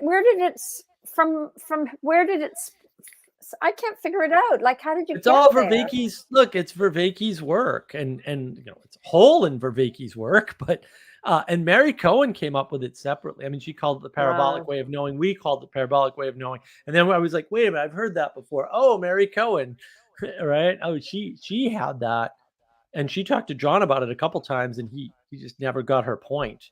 Ah, Those are fascinating conversations, and that was too bad. I'll get all that on the website at some point, by the way, Elizabeth. I'll get that on the website soon. that's brilliant. It's Yeah, you can absolutely watch her brilliant. talk to John about this concept and what he was missing, right? Because she has this whole thing. I see if I can remember. The fork is the daddy and the spoon is the mommy, and like every kid knows that. And she was like, "How do kids make that relationship?" Yeah, That's the yeah. parabolic way of knowing. It's like, oh, and like I thought that example was brilliant, and I just like, yes, and we tried to explain it to John, and he didn't buy it either. Fair enough, it's his work from 20 years of work or whatever. Here are these young upstarts, messing with it. All right, but also like, this is correct, definitely correct. So, it's so powerful when we outline it and replace the perspectival and then just call that a different thing. And yeah, that whole model is so much more powerful. And once you understand that what we're missing is the poetic engagement, and there's 2 ways we're missing it. Either it was just atrophied or we never had it. Meaning crisis versus crisis of faith. And that gives you a sense for where the Peterson overlap is and why there's a bunch of people who are going from non-church going to church going. And then there's a bunch of people who are starting to take seriously the idea that religion isn't stupid. Oh, yeah, for sure. Those are different sets of people, though, right? But there's a lot of overlap, and Peterson overlaps them somehow. And if you watch my videos on Peterson, I've got 3 of them. One of them has over 1,000 views. Maybe you'll understand it better because I try to outline some of his tricks there, some of the things he's actually doing. Oh, right? Yeah, he's got these. He's doing that. He's got these tricks. I don't. Sometimes not, but that's. Sorry, I need to use my. I need to use my politeness and say goodbye. Oh, good Love night. you. Be consistent this year and take the next step. Embrace the future. Bye. Bye. That's exciting, Excellent. Mark. Well said. I'm so happy for you. I'm so happy. Sounds wonderful. So that's going to happen when this year, do you think you'll have it up and running? Yeah. We're working on getting stuff going. I've just been tied up with ridiculous lawsuits. So we're gonna get the we'll get the we'll get the renamed practice going in a couple of weeks. We'll get some practices around it. We'll start the wisdom community stuff going. We'll get playlists set up, the whole website going. We're gonna do all that in the next couple of months. Are you going to set up a completely independent website for this? Yeah, I have one. Yeah, markofwisdom.org is already up. Oh, but it's going to connect to your website. Yeah. Wow. No, we're going to get all this stuff rolling. I'm so excited about that. Yeah, and we'll publish practices. We'll get the wisdom community docs up. We'll get all that going. It's hard to get things going when you're constantly fighting with people instead of them trying to cooperate with something that's already, well formed. We'll say. And a lot of people just don't like structure that they didn't build, and it's like, yeah, but maybe you can't build a structure. Maybe you should just go to an existing structure, right? And a lot of people have problems like, well, I don't want to work. It's like, well, but Oh, the only reason why I work is because I have to. It's like it's a joy to cooperate with people when you make it a joy to cooperate with people. It For doesn't sure. matter what you're actually doing. For You can be sure. directing traffic Yeah. in the parking lot at Chick-fil-A. I Yeah. used that example on purpose. You could be collecting carts at the grocery store. It really doesn't matter. All of that stuff can be joyful when you realize the value that you're bringing to people, to their future. Even if they're not appreciative of it, you can be appreciative of the fact that you brought that to them, even if they don't know about it. Like that's Yeah. within your control entirely. Of all the things we try to control, like the Middle East or freaking Ukraine or who's going to get elected, like you don't control any of that. Your control there is so limited. You shouldn't waste your time. You should put your time, energy, and effort on the things you can control, like your attitude in the present, your attitude towards the future, and your attitude towards the past, right? And then what you're going to do, and make the things you do joyful, because life is a struggle and we all struggle, and you don't know other people's struggles. Some of the stories Absolutely. I hear from people, I'm just like, what? And you're still alive? How is like, I'm like, well, I wouldn't have survived that. I crumpled under something like that. That's insane. How do people even live through, trauma like that, or an experience that is that harsh? But they do. And that's we should be grateful that they do, because they bring riches to our lives, even if they don't tell us their story, Oh yeah. right? Yeah. Like go the other way. You can get too focused on people's stories and not enough on For the sure. thing they're bringing you now. Yeah. Yeah. Yeah. But they're exemplars of resilience. It's exemplars of resilience. I think that's what it does, right? You hear a Yeah, and story and then you see the person and you go, oh, right, okay, doable. It's doable, right? It's an exemplar for sure. It's powerful, powerful. And it can be, I love what you say though, it can be in any situation that you're changing, you're opening the magical door to possibility when you do that, when you exactly. extend goodness to other people. And the poetic engagement is so important in everyday interactions, because what you're doing is you're actually, I hate to say it, but you're shifting them from the left hemisphere to the right hemisphere is what you're Yeah, doing. yeah. No, You're just absolutely. Absolutely. Well, and that's what's important, is that having this poetic navigation. Again, the storm is the storm. It doesn't get better or worse. It just is what it is. But yeah. your skill to weather that storm is super important. And you need to level up, because then the storm won't be so bad. It's not that you're going to get around it. That's not going to happen. The storm is coming. But your ability to weather that storm is up to you. And if you understand that even when bad things happen, you can get something good out of them, then Hmm. that's super helpful. Hmm. And and Yeah. and you know, you need to help yourself, and you need to let other people help you, and you need to help other people. Like all three of those things. There's three things, right? It's always three things. Yeah, and the poetic engagement demands the vision of the relationships, right? It it, Right. it it it can't exist. The concept can't exist without that, obviously. Wow. Exactly. Wow. That is so And exciting. it's not useful in a binary frame, right? Right. So it doesn't exist in a binary frame. You're Left not versus kidding. right, right, or conservative versus Republican, um, Ukrainian versus Russian. Like these frames don't work, right? Like, Mhm. For oh, uh, uh, Palestinian versus Israeli, or Palestinian versus Hamas. Like these frames don't work. Like you just won't understand the world if you divide things up that way. It's Yeah, too low resolution. I'm always disappointed when Peterson does it. I'm like, dude, you talk I about low know. resolution I pictures, and know. then you're casting something in a binary frame. What did you just do? That's the lowest possible resolution. You can't get any lower, because then you can't see, because there's no contrast, right? If everything's all one thing. Yeah. And Yeah. we need to reduce the world to understand it, sure. But maybe we should know the limits of our understanding and not over reduce.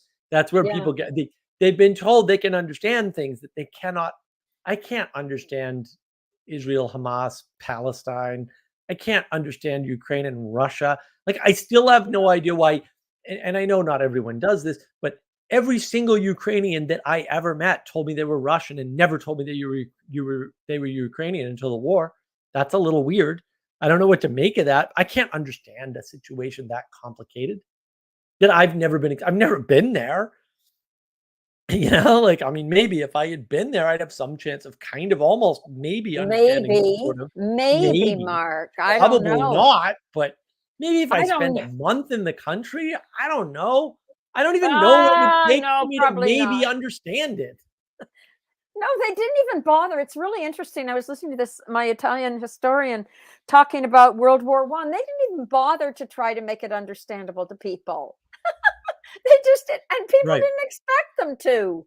People No. didn't expect them to, and they didn't bother to do it. Like, They gotta live their lives. who do we think we are? We're so out of And how would you?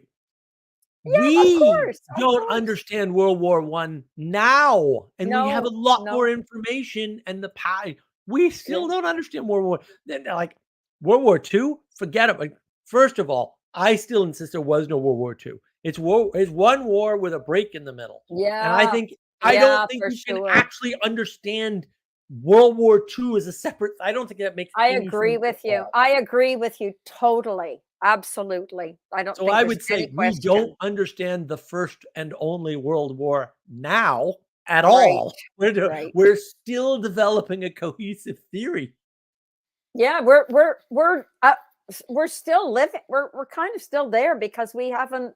There isn't any distance to it That's whatsoever. burn power. That's burn power. It says Does he say we're that too? reacting to the wars. I'm with Yeah. them totally. He spent a fair bit of time in Europe, right? So you're closer He's to it living there there. now. I know he's quite a character. He was at L'Abri, right? He's quite an Yeah. interesting person. Yeah. Yeah. He So is. great conversation. So you've got an exciting year ahead of you. Hopefully. I mean, we'll see. Everything will get easier after March, I think, and then we'll see where we go. But it'd be nice to go somewhere before that. But Are you because going to everything is going to drag on. the symbolic conference, the Peugeot conference? No, I don't think there's any possible chance of that. I mean, I could win the lottery, some miracle could happen. But even if I had the capital to do it, I don't know that I'll have the time. Mm. I hope that if I could get the capital, I would have the time, but I'm not even sure that's true. And I might know in a week or two if I would have the time, and then if it's just a matter of capital, maybe I make a plea or something. But no, I don't. I don't have the capital. It's an expensive conference to begin with, I but know. staying down there and all that, like, it's, so yeah, it would be it's a little It's premature. rich. It's rich for sure. But I would love to go. I mean, Neil deGrasse was like, "Oh, I hope to see you there," and I'm like, "Oh, I'd love to meet him. That would be fantastic." And see Peugeot again, and yeah, no, that would be great. Yeah, and I've got a conference I've been invited to, so there's a potential conference in Texas coming up in October-November timeframe potentially, and I'm potentially going to be a speaker at that conference, and that's going to be with Wow. Richard Rowland and PBK. Whoa. We'll see if that manifests. I think it will. So yeah, that'd be exciting, and we'll see what else comes up. I mean, a lot of things might come up. Richard Rowland and PBK and you. What's happening in our world? Wow. Well, I think things are converging. I keep talking about this. When I listen to things, they're converging on our language, on our framing, pretty regularly. So, yeah. So we'll see what the future holds. Like, it's hard to predict, right? But the future looks good. I'm always optimistic because there's potential for the good in the future. And will we drop into a world war? Maybe. But I'm going to do what I do, and I'm going to try to do it as joyfully as I can manage. And if it's dark days ahead for everything else, I'm going to try to be, as much of a beacon for the work that we're carrying on as I can be. Well, it's definitely coming, and we're definitely going to be involved in poetic engagement. It's inevitable, as Jonathan Peugeot says, because the false paradigms are disintegrating before our eyes, and everybody knows it. So it's actually going to necessitate people searching, because they'll have Right. to, because it's not going Yeah. to work. Nothing's Yeah, I going to think a work lot of anymore. It's going to be hell, but yeah. at least we'll be back into reality. So that'll, I mean, it'll be a hard way Right. to face it, but it's inevitable right now. There's no way. There's just, you can feel it. It's amazing. It's amazing that everything's functioning as well as it is right now. I think it's incredible, right? Functioning well, huh? I don't know. Yeah, like, but things we're talking. I mean, we're not starving to death right now, right? At the Are you moment, starving to death, Mark? not yet, but wow, boy, do I see the breakdown of a lot of stuff. So I Like don't this, know. how soon? What are you seeing? Like soon? Oh, all kinds of bureaucracies are completely broken. Yeah. All kinds of stuff is completely broke. All kinds of tech is broken, but like all kinds of stuff is broken in Oh, the weird. institutions are all toast. Everything's toast. And if they're so malfunctioning, right? That you can just, whoa, really? The government, yeah, the government programs and the way they operate and Oh, everything. There's everything so is much kind of like, corruption everywhere you look right now. There's yeah, nothing that, mostly through incompetence, but there's a lot of bad yeah. actors out there too taking advantage of this. I mean, that's what my Domicide Losing a Home video was about. Was like, Oh, oh I'm yeah, gonna look, have to. I can't believe you. I'll have to well, listen to that one. you should listen to that one. That's my personal story. That's the first of its kind. That's like all Well just done. personal Did tale. that take courage, Mark? I think so. Oh yeah, I had to work up Yeah. to it for sure. I mean, it's hard to talk about that stuff, especially No like it's kidding. not like I'm not going through something similar now with lawsuits. It's like, oh man, But how did I you gotta get? dredge this up. So what inspired you to do the Domicide one? Well, the topics come up a number of times, and um, I'm still experimenting with the channel. It's an ongoing experiment. It's Ah, got to change, and this idea of story, I have to get better at that anyway. So I was like, well, this is a story I can tell that I have been telling for years. Basically, so I think, boy, that was a long time ago, but I've been telling it for years and getting better at explaining it to people. So I was like, all right, maybe I can do it in a video, right? Maybe I can explain it in a video in this way, and you also get more information, about these things. Like as time mm, passes, obviously, the right, past becomes more right, clear, right? right. Yeah, yeah, A- yeah, yeah, And yeah. and like in there, I referenced the movie The Big Short. It's a great movie. Uh, but if you pay attention to the movie, you're going to get a very different message than the message the movie makers intended, because there's stuff that was in there that was like, wait a minute. And I talk about that in my video. And then having framework like that makes it easier. Like, Right, because right. you get somebody like Eric Weinstein, who years ago talked about the 2008 housing crisis, and he's just wrong about a bunch of stuff. And look, fair, maybe he couldn't have known what I found out. Right, Fair, right. but also he shouldn't have been talking about it because he's totally wrong. Like everything he said about it is wrong. It's way simpler story. And in the age of gnosis, we prefer these complicated, complex sort of. The Right. reason Oh, why yeah, things yeah, were wrong is because there was a ghost in the complicated machine. It's like, no, actually, something very simple happened. Fraud. It's not that hard. It's just simple fraud. And nobody likes that story because it's like, well, you can't commit simple fraud as a bank. It's like, I don't know. There was a whole, and I didn't even mention this in my video. I probably should have. There's a 60 Minutes episode that I forget when it came out, maybe 2012, maybe 2013. There was a company that was falsifying banking paperwork to facilitate foreclosures, and they got caught. It was a 60 Minutes episode, guys. Like, no, really, no, they industrialized the fraud at the corporate level. And then a company arose that was servicing multiple banks, making up paperwork so banks could foreclose on houses. And Eric Weinstein wants to Wow. make this about some economic framed. It's not an Right, economic frame, right. buddy. It's Yeah. literally just lying. An old-fashioned story, man. Old-fashioned story. Right. Right. That's hysterical. I will listen to that actually. It's interesting. Yeah, so it's good.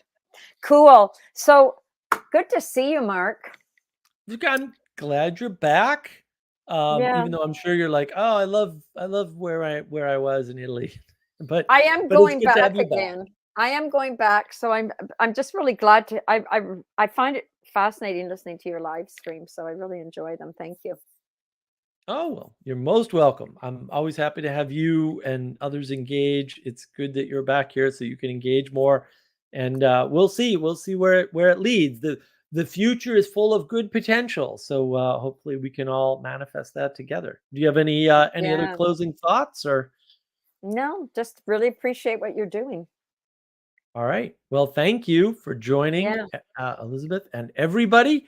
And hopefully, I'll see you next week.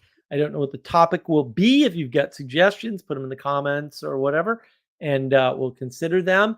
And we'll try to come up with a good topic. With so many topics here, I'm probably going to have to re listen to this and grab one of the ones out of here just to continue the thread because I thought this was really good. Things are sort of converging, right? And so in the future, that's what I see. I see more convergence around this stuff, more greater understanding. Some things are going to break apart, Yeah. Pastor Paul. Some things are going to break apart for sure. All right, once people see things like, oh, how organized symbolic world is relative to everything else, things are going to start to splinter a bit, but for the better. And look, everybody have a good week. It's wonderful that everybody's here. I really appreciate your engagement. I hope to get the website going and buy stuff from my store. And hopefully, you can all understand time better and engage better with your past, engage better with your present, and that will give everybody a better future. See you later.